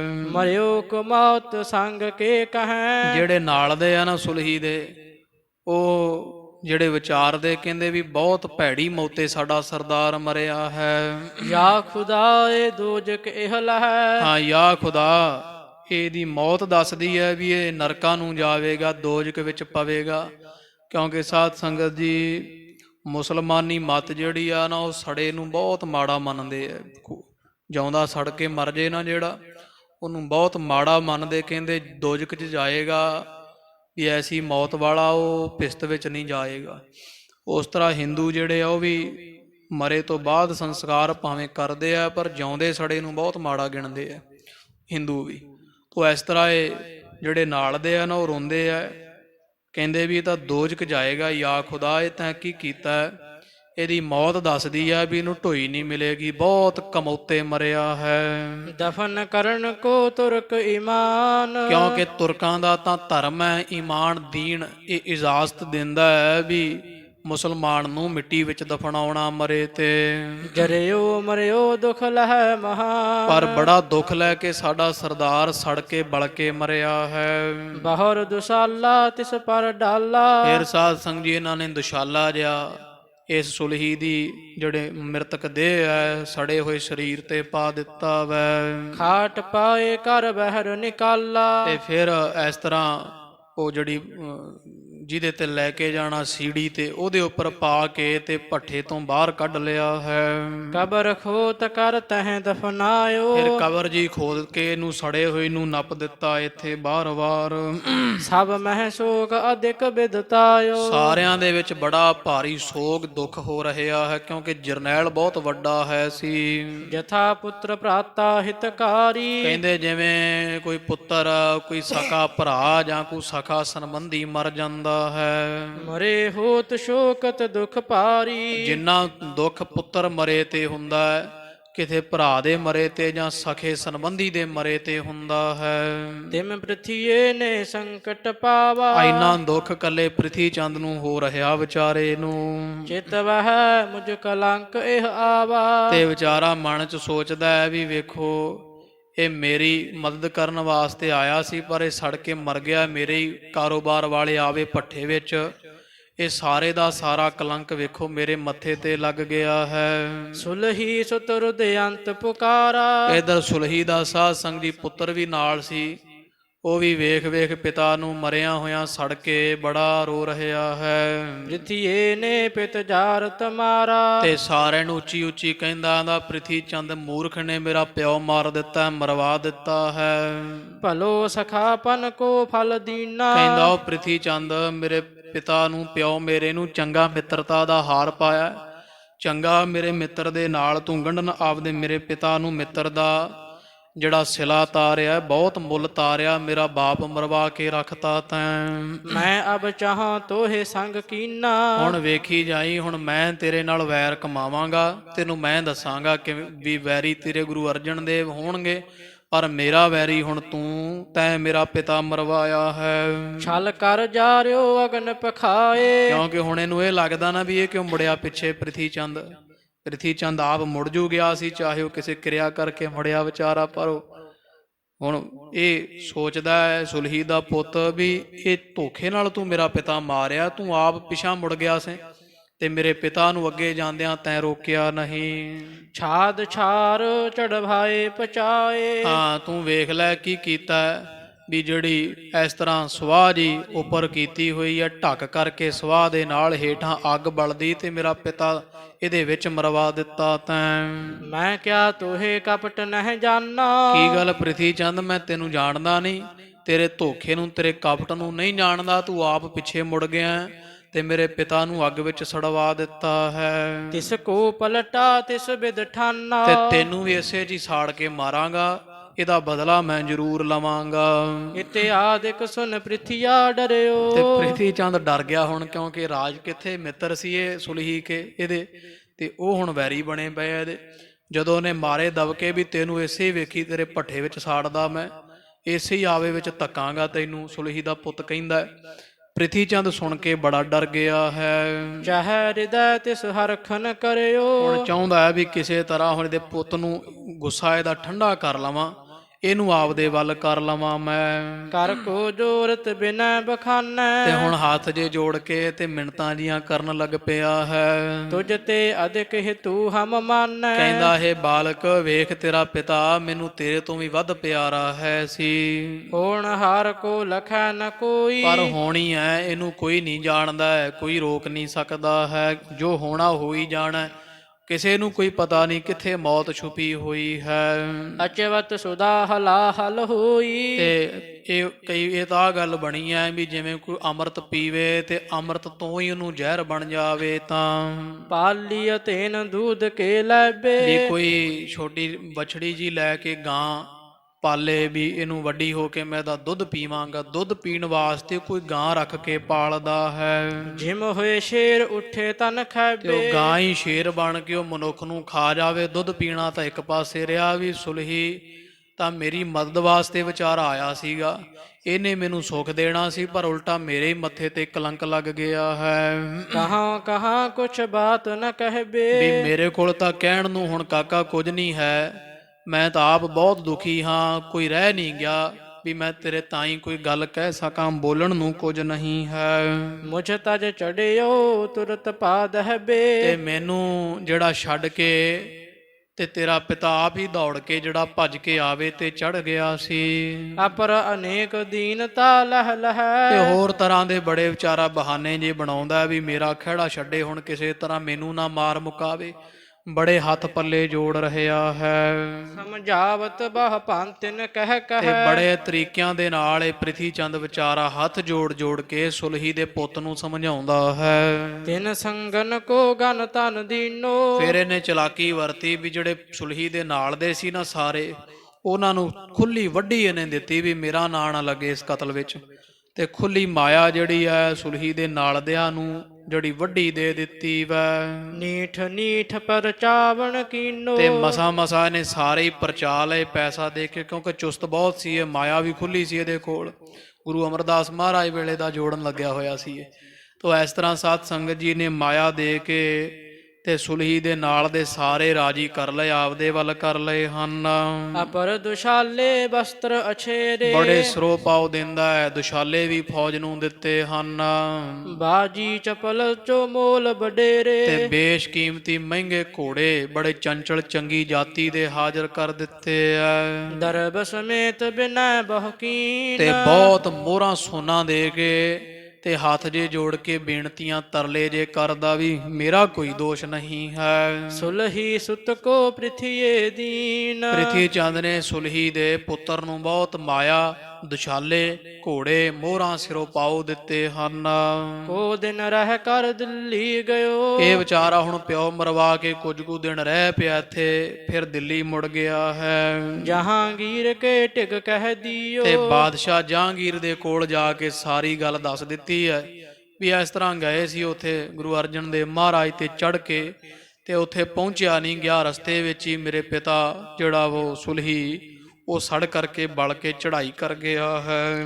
ਜਰਿਓ ਅਚਾਨਕ ਆਵੇ ਵੀ ਜਾਏ। ਪ੍ਰਿਥੀ ਚੰਦ ਦੇ ਆਵੇ ਤੇ ਜਾਂਦਾ ਹੋਇਆ ਚੜਿਆ ਹੋਇਆ ਮੇਰਾ ਪਿਤਾ ਚੜ੍ਹਾਈ ਕਰ ਗਿਆ ਸੜ ਕਰਕੇ। ਹੋਣ ਹਾਰ ਨਹਿ ਮਿਟਹਿ ਕਦਾ। ਬਾਦਸ਼ਾਹ ਬਸ ਜਾਣ ਲਓ ਹੋਣੀ ਹੈ, ਤੇ ਜਿਹੜੀ ਕੋਈ ਹੋਣਹਾਰ ਹੈ ਉਹ ਅਣਹੋਣੀ ਹੋਣੀ ਮਿਟਦੀ ਨਹੀਂ ਹੁੰਦੀ ਹੈ। ਪ੍ਰਿਥਿਆ ਰਹਿਓ ਬਿਸੂਰਤ ਪਾਰੋ। ਇਹ ਦਿੱਲੀ ਚਲੇਗੀ ਫੌਜ ਮੁੜ ਕੇ ਅੰਮ੍ਰਿਤਸਰ ਕਿੰਨੇ ਜਾਣਾ ਸੀ, ਤੇ ਇਹ ਜਿਹੜਾ ਪ੍ਰਿਥੀ ਚੰਦ ਹੈ ਇਹ ਹੁਣ ਵਿਚਾਰਾ ਇੱਥੇ ਗੁਰੂ ਕੇ ਕੋਠੇ ਬੈਠਾ ਬਹੁਤ ਝੂਰ ਰਿਹਾ, ਦੁਖੀ ਹੈ। ਸ਼੍ਰੀ ਅਰਜਨ ਸਰਾਪਿਓ ਤਨ ਜਾਰੋ। ਤੇ ਸੋਚਦਾ ਹੈ ਵੀ ਗੁਰੂ ਅਰਜਨ ਦੇਵ ਮਹਾਰਾਜ ਨੇ ਖੌਰੇ ਕਿਹੜਾ ਸਰਾਪ ਦਿੱਤਾ ਹੈ, ਮੇਰੇ ਮਿੱਤਰ ਨੂੰ ਸਾੜ ਕੇ ਮਾਰ ਦਿੱਤਾ ਹੈ। ਕੈਸੇ ਬਚ ਹੈ ਜੋ ਦੋਖੀ ਗੁਰ ਕੋ। ਤੇ ਕਵੀ ਜੀ ਕਹਿੰਦੇ ਆ ਵੀ ਜਿਹੜਾ ਗੁਰੂ ਅਰਜਨ ਦੇਵ ਮਹਾਰਾਜ ਦਾ ਦੋਖੀ ਹੋਵੇ ਭਲਾ ਉਹਦਾ ਕਿਵੇਂ ਉਧਾਰਾ ਹੋ ਜਾਵੇਗਾ, ਉਹ ਕਿਵੇਂ ਬਚ ਸਕਦਾ ਹੈ। ਕੌਣ ਬਚਾਏ ਹਤਿਓ ਸੋ ਤੁਰ ਕੋ। ਜਿਹੜਾ ਧੁਰੋਂ ਹੀ ਹਤਿਆ ਹੋਵੇ, ਧੁਰੋਂ ਹੀ ਦਰਕਾਰਿਆ ਹੋਵੇ, ਜਿਹਨੂੰ ਪਰਮੇਸ਼ਰ ਨੇ ਫਟਕਾਰ ਦਿੱਤਾ, ਸਤਿਗੁਰੂ ਕਾ ਫਿਟਕਿਆ ਮੰਗ ਥੱਕੇ ਸੰਸਾਰ। ਮਤ ਤੁਮ ਜਾਣੋ ਓਏ ਜੀਵ ਦੇ, ਓਏ ਆਪ ਮਾਰੇ ਕਰਤਾਰ। ਜਿਹਨੂੰ ਪਰਮੇਸ਼ਰ ਮਾਰੇ ਉਹਦਾ ਕੌਣ ਰਾਖਾ, ਸੰਸਾਰ ਤੇ ਕੋਈ ਨਹੀਂ ਹੁੰਦਾ ਹੈ। ਸ਼ਰਾਪ ਦਿਓ ਗੁਰ ਸ਼ਬਦ ਬਣਾਏ। ਉਹ ਕਵੀ ਜੀ ਭਾਵੇਂ ਸ਼ਰਾਪ ਦਾ ਬਚਨ ਕਹਿ ਰਹੇ ਸਾਧ ਸੰਗਤ ਜੀ, ਪਰ ਗੁਰੂ ਅਰਜਨ ਦੇ ਪਾਤਸ਼ਾਹ ਮਹਾਰਾਜ ਜੀਆਂ ਨੇ ਭਵਿੱਖਤ ਬਚਨ ਕਹਿ ਦਿੱਤੇ ਸੀ। ਬਾਕੀ ਇਹ ਹੈ ਵੀ ਕਰਾਮਾਤ ਮਹਾਰਾਜ ਦੇ ਰੋਮ ਰੋਮ ਵਿੱਚ ਹੈ ਸੀ, ਇਹਦੇ ਵਿੱਚ ਕੋਈ ਸ਼ੱਕ ਨਹੀਂ। ਗੁਰੂ ਅਰਜਨ ਦੇ ਪਾਤਸ਼ਾਹ ਤੇ ਸੁਲਹੀ ਜਦੋਂ ਪਹਿਲਾਂ ਚੜ੍ਹ ਕੇ ਆਇਆ ਨਾ, ਉਦੋਂ ਮਹਾਰਾਜ ਵਡਾਲੀ ਚਲੇ ਗਏ ਸੀ। ਉਹ ਜਾਣ ਦਾ ਕਾਰਨ ਕੋਈ ਡਰ ਕੇ ਨਹੀਂ ਗਏ ਸੀ ਪਾਤਸ਼ਾਹ, ਉਹ ਇਸ ਕਰਕੇ ਗਏ ਸੀ ਵੀ ਜਦੋਂ ਮਾਤਾ ਗੰਗਾ ਜੀ ਕੋ ਬਹੁਤਾ ਹੀ ਸ਼ਾਨੋ ਸ਼ੌਕਤ ਦੇ ਨਾਲ ਇੱਥੇ ਗੁਰੂ ਬੀੜ ਬਾਬਾ ਬੁੱਢਾ ਸਾਹਿਬ ਜਿੱਥੇ ਹੁਣ ਸਥਾਨ ਇੱਥੇ ਗਏ ਸੀ ਨਾ ਵਰਦਾਨ ਲੈਣ ਬਾਬਾ ਬੁੱਢਾ ਸਾਹਿਬ ਜੀ ਤੋਂ, ਤੇ ਅੰਮ੍ਰਿਤ ਵੇਲੇ ਉਹ ਸਮਾਂ ਸੀ, ਬਾਬਾ ਬੁੱਢਾ ਸਾਹਿਬ ਜੀ ਨੇ ਸੁਭੈ ਕੇ ਕਹਿ ਦਿੱਤਾ ਵੀ ਗੁਰੂ ਕਿਆਂ ਨੂੰ ਕਿੱਧਰ ਭਾਜਣਾ ਪੈ ਗਈਆਂ ਤੜਕੇ ਹੀ ਅੱਜ। ਉਹ ਫਿਰ ਗੁਰੂ ਅਰਜਨ ਦੇਵ ਸਾਹਿਬ ਮਹਾਰਾਜ ਨੂੰ ਪਤਾ ਲੱਗ ਗਿਆ, ਮਾਤਾ ਜੀ ਨੇ ਦੱਸ ਦਿੱਤਾ ਸੀ। ਤੇ ਉਧਰੋਂ ਸੁਲਹੀ ਜਦੋਂ ਚੜ੍ਹ ਕੇ ਆਉਂਦਾ ਤੇ ਮਹਾਰਾਜ ਨੇ ਆਖਿਆ ਵੀ ਐਵੇਂ ਸਿੱਖਾਂ ਦਾ ਨੁਕਸਾਨ ਕਰੇਗਾ, ਤੇ ਚਲੋ ਨਾਲੇ ਬਾਬਾ ਬੁੱਢਾ ਸਾਹਿਬ ਜੀ ਦਾ ਵਚਨ ਵੀ ਤਾਂ ਪੂਰਾ ਕਰਨਾ ਹੀ ਹੈ, ਉਹ ਸਾਧੂ ਸੰਪੂਰਨ ਪੂਰਨ ਹਨ, ਤੇ ਗੁਰੂ ਕਿਆਂ ਨੂੰ ਕਿੱਧਰ ਭਾਜਣਾ ਪੈ ਗਈਆਂ। ਫਿਰ ਮਹਾਰਾਜ ਨੇ ਉਹ ਭਾਜਣਾ ਵਾਲਾ ਬਚਨ ਪੂਰਾ ਕਰਕੇ ਤੇ ਵਡਾਲੀ ਚਲੇ ਗਏ ਸੀ। 2-2.5 ਸਾਲ ਮਹਾਰਾਜ ਉੱਥੇ ਰਹੇ, ਹਰਗੋਬਿੰਦ ਸਾਹਿਬ ਦਾ ਉੱਥੇ ਅਵਤਾਰ ਹੋਇਆ ਪਾਤਸ਼ਾਹ ਦਾ। ਫਿਰ ਮਹਾਰਾਜ ਇੱਥੇ ਆ ਗਏ ਸਨ। ਤੋ ਹੁਣ ਵੀ ਪਾਤਸ਼ਾਹ ਮਹਾਰਾਜ ਨੇ ਸਾਧ ਸੰਗਤ ਜੀ ਚੁੱਪ ਰਹੇ ਕਿੰਨਾ ਸਮਾਂ ਤਾਂ ਮਹਾਰਾਜ ਨੇ ਜਦੋਂ ਸਿੱਖ ਵਾਰ-ਵਾਰ ਕਹਿੰਦੇ ਮਹਾਰਾਜ ਕੀ ਬਣੇਗਾ, ਅਸੀਂ ਤਾਂ ਮੁਕਾਬਲਾ ਕਰਨ ਜੋਗੇ ਵੀ ਨਹੀਂ, ਸਾਡੇ ਕੋਲ ਸ਼ਾਸਤਰ ਹਥਿਆਰ ਕੋਈ ਨਹੀਂ, ਕੇਸ ਧਰਵਾਸੇ ਤੇ ਮਹਾਰਾਜ ਤੁਸੀਂ ਆਨੰਦ ਵਿੱਚ ਚੁੱਪ ਬੈਠੇ ਹੋ। ਉਸ ਸਮੇਂ ਸਾਧ ਸੰਗਤ ਜੀ ਫਿਰ ਧੰਨ ਗੁਰੂ ਅਰਜਨ ਦੇ ਪਾਤਸ਼ਾਹ ਸੁਭੈ ਕੀ ਆਖਿਆ ਹੈ ਬਚਨ ਵੀ, ਕਿਉਂਕਿ ਜਿਹੜਾ ਪਰਮੇਸ਼ਰ ਹੈ ਸਾਧ ਸੰਗਤ ਜੀ, ਗੁਰੂ ਪਰਮੇਸ਼ਰ ਗੁਰੂ ਹੈ, ਸਰਗੁਣ ਸਰੂਪ ਪਰਮੇਸ਼ਰ ਗੁਰੂ ਅਰਜਨ ਦੇ ਪਾਤਸ਼ਾਹ ਮਹਾਰਾਜ ਨਾਲ ਇਹਨੇ ਵੈਰ ਖੱਟਿਆ, ਤੇ ਉਹ ਅਕਾਲ ਪੁਰਖ ਪਰਮੇਸ਼ਰ ਨੇ ਆਪ ਹੀ ਸਾਂਭ ਲਿਆ। ਕਿਉਂਕਿ ਜਦੋਂ ਸਿੱਖਾਂ ਦੀ ਗੱਲ ਆਈ ਮਹਾਰਾਜ ਨੇ ਉਦੋਂ ਹੀ ਬਚਨ ਕੀਤੇ, ਜਦੋਂ ਧੰਨ ਗੁਰੂ ਅਰਜਨ ਦੇ ਪਾਤਸ਼ਾਹ ਜੀ ਸ਼ਹੀਦ ਹੋਏ ਨਾ ਲਾਹੌਰ, ਉਦੋਂ ਸਤਿਗੁਰਾਂ ਨੇ ਸਾਧ ਸੰਗਤ ਜੀ ਸ਼ਾਂਤੀ ਸਹਿਤ ਸੀਸ ਵਿੱਚ ਰੇਤਾ ਵੀ ਪਵਾਇਆ, ਤਤੀ ਤਵੀ ਤੇ ਵੀ ਮਹਾਰਾਜ ਸੱਜ ਕੇ ਬੈਠੇ। ਉਸ ਤੋਂ ਬਾਅਦ ਦੇਗ ਵਿੱਚ ਵੀ ਉਬਾਲੇ ਗਏ। ਸਤਿਗੁਰਾਂ ਤੇ ਕਿੰਨਾ ਤਸ਼ੱਦਦ ਕੀਤਾ ਗਿਆ। ਗਰੀਬ ਨਵਾਜ਼ ਸਤਿਗੁਰਾਂ ਨੇ ਐਨ ਇੱਕ ਰਸ ਸ਼ਾਂਤੀ ਦੇ ਨਾਲ ਤੇਰਾ ਕੀਆ ਮੀਠਾ ਲੱਗੈ ਇਹ ਸ਼ਬਦ ਉਚਾਰ ਕਰਕੇ ਤੇ ਆਨੰਦ ਦਾ ਪ੍ਰਗਟਾਵਾ ਕੀਤਾ, ਪੂਰਨੇ ਪਾਏ ਸਨ।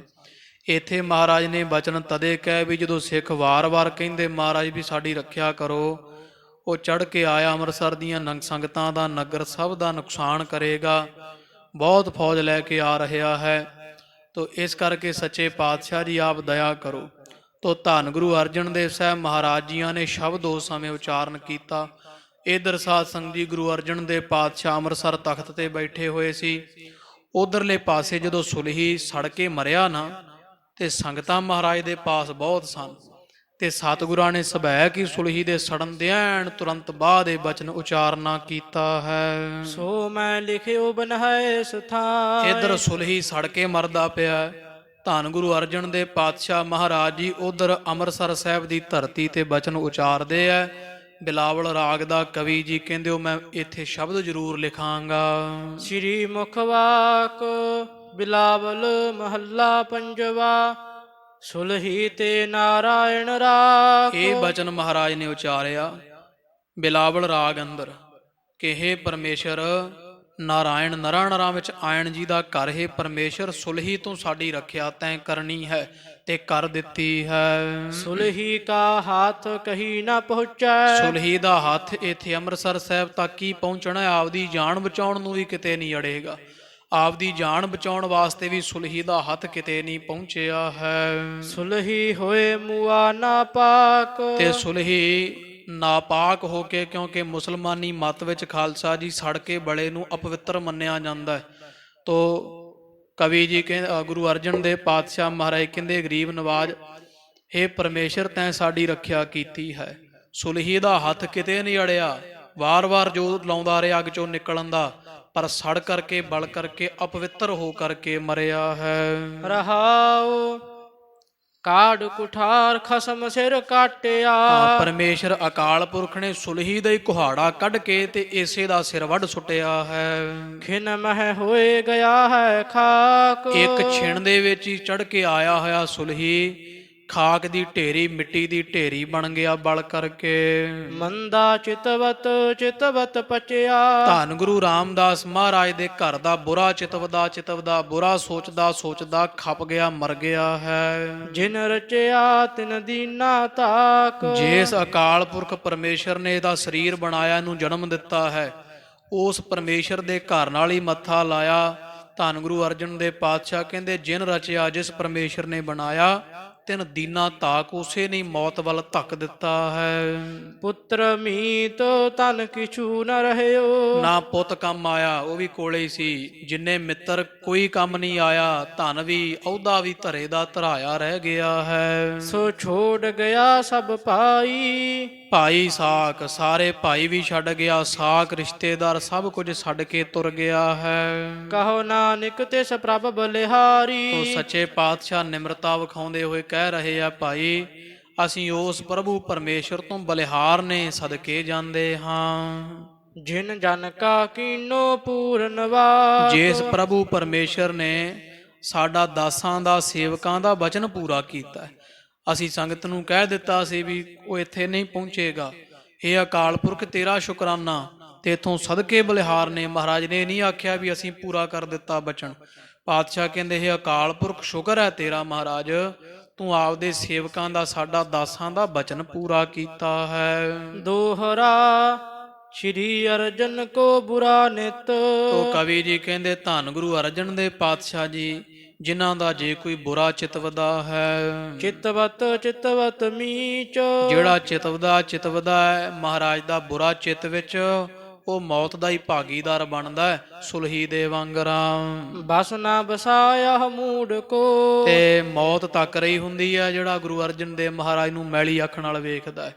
ਬਸ ਨਾ ਬਸਾਇਆ ਮੂੜ ਕੋ, ਉਸ ਸੁਲਹੀ ਮੂਰਖ ਦਾ ਕੋਈ ਵਸ ਨਹੀਂ ਚੱਲਿਆ। ਫੇਰ ਪਰਿਓ ਸੁਦੋਜਕ ਬੀਚ। ਤੇ ਨਰਕਾਂ ਦੇ ਵਿੱਚ ਜਾ ਪਿਆ, ਸੜਕੇ ਵਲਿਆ ਜਦ ਹੀ। ਚੌਪਈ ਗੁਰਦੋਖੀ ਕੀ ਦੁਰਗਤ ਹੋਏ। ਤੋ ਪਾਤਸ਼ਾਹ ਮਹਾਰਾਜ ਦਾ ਜਿਹੜਾ ਦੋਖੀ ਹੈ ਨਾ, ਕਵੀ ਜੀ ਕਹਿੰਦੇ ਉਹਦੀ ਆਹੀ ਹਾਲਤ ਹੁੰਦੀ ਹੈ, ਉਹ ਦੁਰਗਤੀ ਨੂੰ ਪ੍ਰਾਪਤ ਹੁੰਦਾ ਹੈ।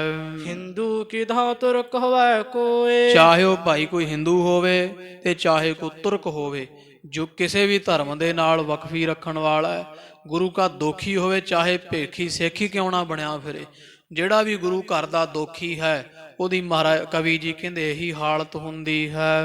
ਇੰਦਰ ਆਦ ਗੁਰ ਦੋਖ ਨ ਤਿਸਟੈ। ਵੀ ਹੋਰ ਮਨੁੱਖ ਦੀ ਤਾਂ ਗੱਲ ਹੀ ਕੀ ਕਰਨੀ। ਇੰਦਰ ਵਰਗੇ ਦੇਵਤੇ ਵੀ ਜੇ ਗੁਰੂ ਘਰ ਦੇ ਦੋਖੀ ਹੈ, ਗੁਰੂ ਨਾਨਕ ਪਾਤਸ਼ਾਹ ਦੇ ਘਰ ਵੱਲ ਮੈਲੀ ਅੱਖ ਨਾਲ ਵੇਖਣਗੇ, ਦੁਖ ਸਜਾਏ ਲਹਿ ਪਦ ਤੇ ਪ੍ਰਿਸ਼ਟੈ। ਉਹ ਵੀ ਟਿਕੇ ਨਹੀਂ ਰਹਿਣਗੇ। ਗੁਰੂ ਦੀ ਦੋਖੀ ਹੋਣ ਦੀ ਸਜ਼ਾ ਮਿਲੇਗੀ।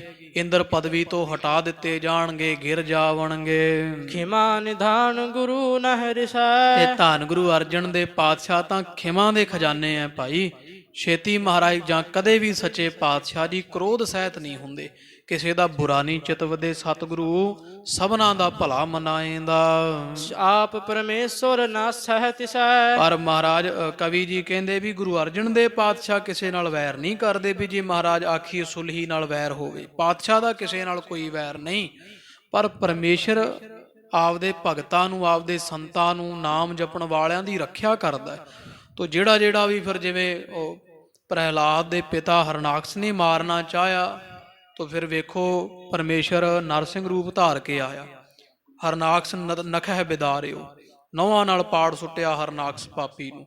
ਤੋ ਇਸ ਤਰ੍ਹਾਂ ਹੁਣ ਪ੍ਰਹਿਲਾਦ ਜਿਹੜਾ ਉਹਨੇ ਤਾਂ ਨਹੀਂ ਨਾ ਫਰਿਆਦ ਕੀਤੀ ਵੀ ਪਰਮੇਸ਼ਰ ਇਹਨੂੰ ਮਾਰੋ, ਇਹ ਆਖਿਆ ਮੇਰੀ ਰੱਖਿਆ ਕਰੋ। ਤੋ ਰੱਖਿਆ ਫਿਰ ਜਿਵੇਂ ਸਾਧ ਸੰਗਤ ਜੀ ਯੋਗ ਬਣਦੀ ਹੈ ਉਸੇ ਤਰ੍ਹਾਂ ਪਰਮੇਸ਼ਰ ਕਰਦਾ ਹੈ। ਗੁਰੂ ਅਰਜਨ ਦੇਵ ਸਾਹਿਬ ਮਹਾਰਾਜ ਦਾ ਕਿਸੇ ਨਾਲ ਕੋਈ ਵੈਰ ਨਹੀਂ, ਪਰ ਪਰਮੇਸ਼ਰ ਜਿਹੜਾ ਉਹ ਸਤਿਗੁਰਾਂ ਨਾਲ ਵੈਰ ਕਰਨ ਵਾਲਿਆਂ ਨੂੰ ਨਾਸ਼ ਕਰ ਦਿੰਦਾ ਹੈ, ਖਪਾ ਦਿੰਦਾ ਹੈ। ਹੋਏ ਦਰਗਾਹ ਬਿਖੈ ਮੁਖ ਕਾਰਾ। ਤੇ ਗੁਰੂ ਦੋਖੀਆਂ ਦਾ ਦਰਗਾਹ ਵਿੱਚ ਸਦਾ ਮੁਖ ਕਾਲਾ ਹੁੰਦਾ ਹੈ। ਮਰ ਕੁਮਾਤ ਪਰ ਨਰਕ ਮਝਾਰਾ। ਕਮੌਤੇ ਮਰਦੇ ਆ ਤੇ ਨਰਕਾਂ ਨੂੰ ਤੁਰ ਜਾਂਦੇ ਹਨ। ਸਭ ਪੁੰਨਨ ਕੋ ਹੋਏ ਬਿਨਾਸੀ। ਸਾਰੇ ਪੁੰਨਾਂ ਦਾ ਕੀਤੇ ਹੋਏ ਪਿਛਲਿਆਂ ਦਾ ਨਾਸ਼ ਹੋ ਜਾਂਦਾ ਹੈ। ਜਨਮ ਹੈ ਮਰ ਹੈ ਮਰ ਪਰ ਹੈ ਜਮ ਫਾਸੀ। ਗੁਰੂ ਦੋਖੀ ਜੰਮਦੇ ਮਰਦੇ ਰਹਿੰਦੇ ਐ, ਗਲ ਵਿੱਚ ਫਾਸੀ ਪੈ ਜਾਂਦੀ ਜਮਾਂ ਦੀ। ਇਮ ਸੁਲਹੀ ਗੁਰ ਦੋਖੀ ਮਰਿਓ। ਕਵੀ ਜੀ ਕਹਿੰਦੇ ਗੁਰੂ ਕਾ ਦੋਖੀ ਸੁਲਹੀ ਇਸ ਤਰ੍ਹਾਂ ਮਰਿਆ ਅਧੋਗਤੀ ਦੇ ਸਹਿਤ। ਘੋਰ ਨਰਕ ਮਹਿ ਤਤ ਛਿਨ ਪਰਿਓ। ਤੇ ਮਰ ਕੇ ਘੋਰ ਨਰਕਾਂ ਵਿੱਚ ਪਿਆ, ਜਿਹੜਾ ਗੁਰੂ ਅਰਜਨ ਦੇਵ ਪਾਤਸ਼ਾਹ ਨੂੰ ਬੰਨ੍ਹ ਕੇ ਲਿਜਾਣ ਆਇਆ ਸੀ ਤੇ ਮਾਰਨ ਆਇਆ ਸੀ। ਤੋ ਕਵੀ ਜੀ ਇਹ ਕਹਿ ਰਹੇ ਕਿ ਜਿਹੜਾ ਭਾਈ ਪਾਤਸ਼ਾਹ ਦੇ ਘਰ ਦਾ ਦੋਖੀ ਆ ਉਹਦੀ ਆਹੀ ਹਾਲਤ ਹੁੰਦੀ ਹੈ। ਗਰੀਬ ਨਵਾਜ ਦਾ ਕਿਸੇ ਨਾਲ ਵੈਰ ਨਹੀਂ, ਪਰ ਪਰਮੇਸ਼ਰ ਜ਼ਰੂਰ ਭਾਈ ਉਹ ਕਾਰਜ ਕਰਦਾ ਰੱਖਿਆ ਕਰਨ ਵਾਸਤੇ ਨਾਮ ਰਸੀਆਂ ਦੀ। ਕਿਉਂਕਿ ਦੁਸ਼ਟ ਸੰਘਾਰਨ ਸੰਤ ਉਬਾਰਨ, ਪਰਮੇਸ਼ਰ ਸੰਤਾਂ ਨੂੰ ਉਬਾਰਦਾ ਹੈ ਤੇ ਦੁਸ਼ਟਾਂ ਨੂੰ ਸੰਘਾਰਦਾ ਹੈ, ਨਾਸ਼ ਕਰਦਾ ਹੈ। ਵੀ ਪਰਮੇਸ਼ਰ ਦਾ ਬਿਰਦ ਹੈ। ਸਾਧ ਸੰਗਤ ਜੀ ਸਿੱਖਿਆ ਹਿਰਦੇ ਵਸੇ। ਅੱਗੇ ਜਿਵੇਂ ਸੱਚੇ ਪਾਤਸ਼ਾਹ ਦਇਆ ਕਰਦੇ ਆ, ਨਿਤਾ ਪ੍ਰਤੀ ਪ੍ਰਸੰਗ ਸੁਣ ਕਰਕੇ ਲਾਹਾ ਪ੍ਰਾਪਤ ਕਰੀਏ ਜੀ। ਲੋਕ ਸੁਖੀਏ ਪਰਲੋਕ ਸੁਹੇਲੇ, ਨਾਨਕ ਹਰ ਪ੍ਰਭ ਆਪੇ ਮੇਲੇ। ਕਰ ਸਭ ਪੁੰਨਨ ਕੋ ਹੋਏ ਬਿਨਾਸੀ। ਜਨਮ ਹੈ ਮਰ ਹੈ ਪਰ ਹੈ ਜਮ ਫਾਸੀ। ਇਮ ਸੁਲਹੀ ਗੁਰ ਦੋਖੀ ਮਰਿਓ। ਘੋਰ ਨਰਕ ਮਹਿ ਤਤ ਛਿਨ ਪਰਿਓ। ਵਾਹਿਗੁਰੂ ਜੀ ਕਾ ਖਾਲਸਾ, ਵਾਹਿਗੁਰੂ ਜੀ ਕੀ ਫਤਿਹ।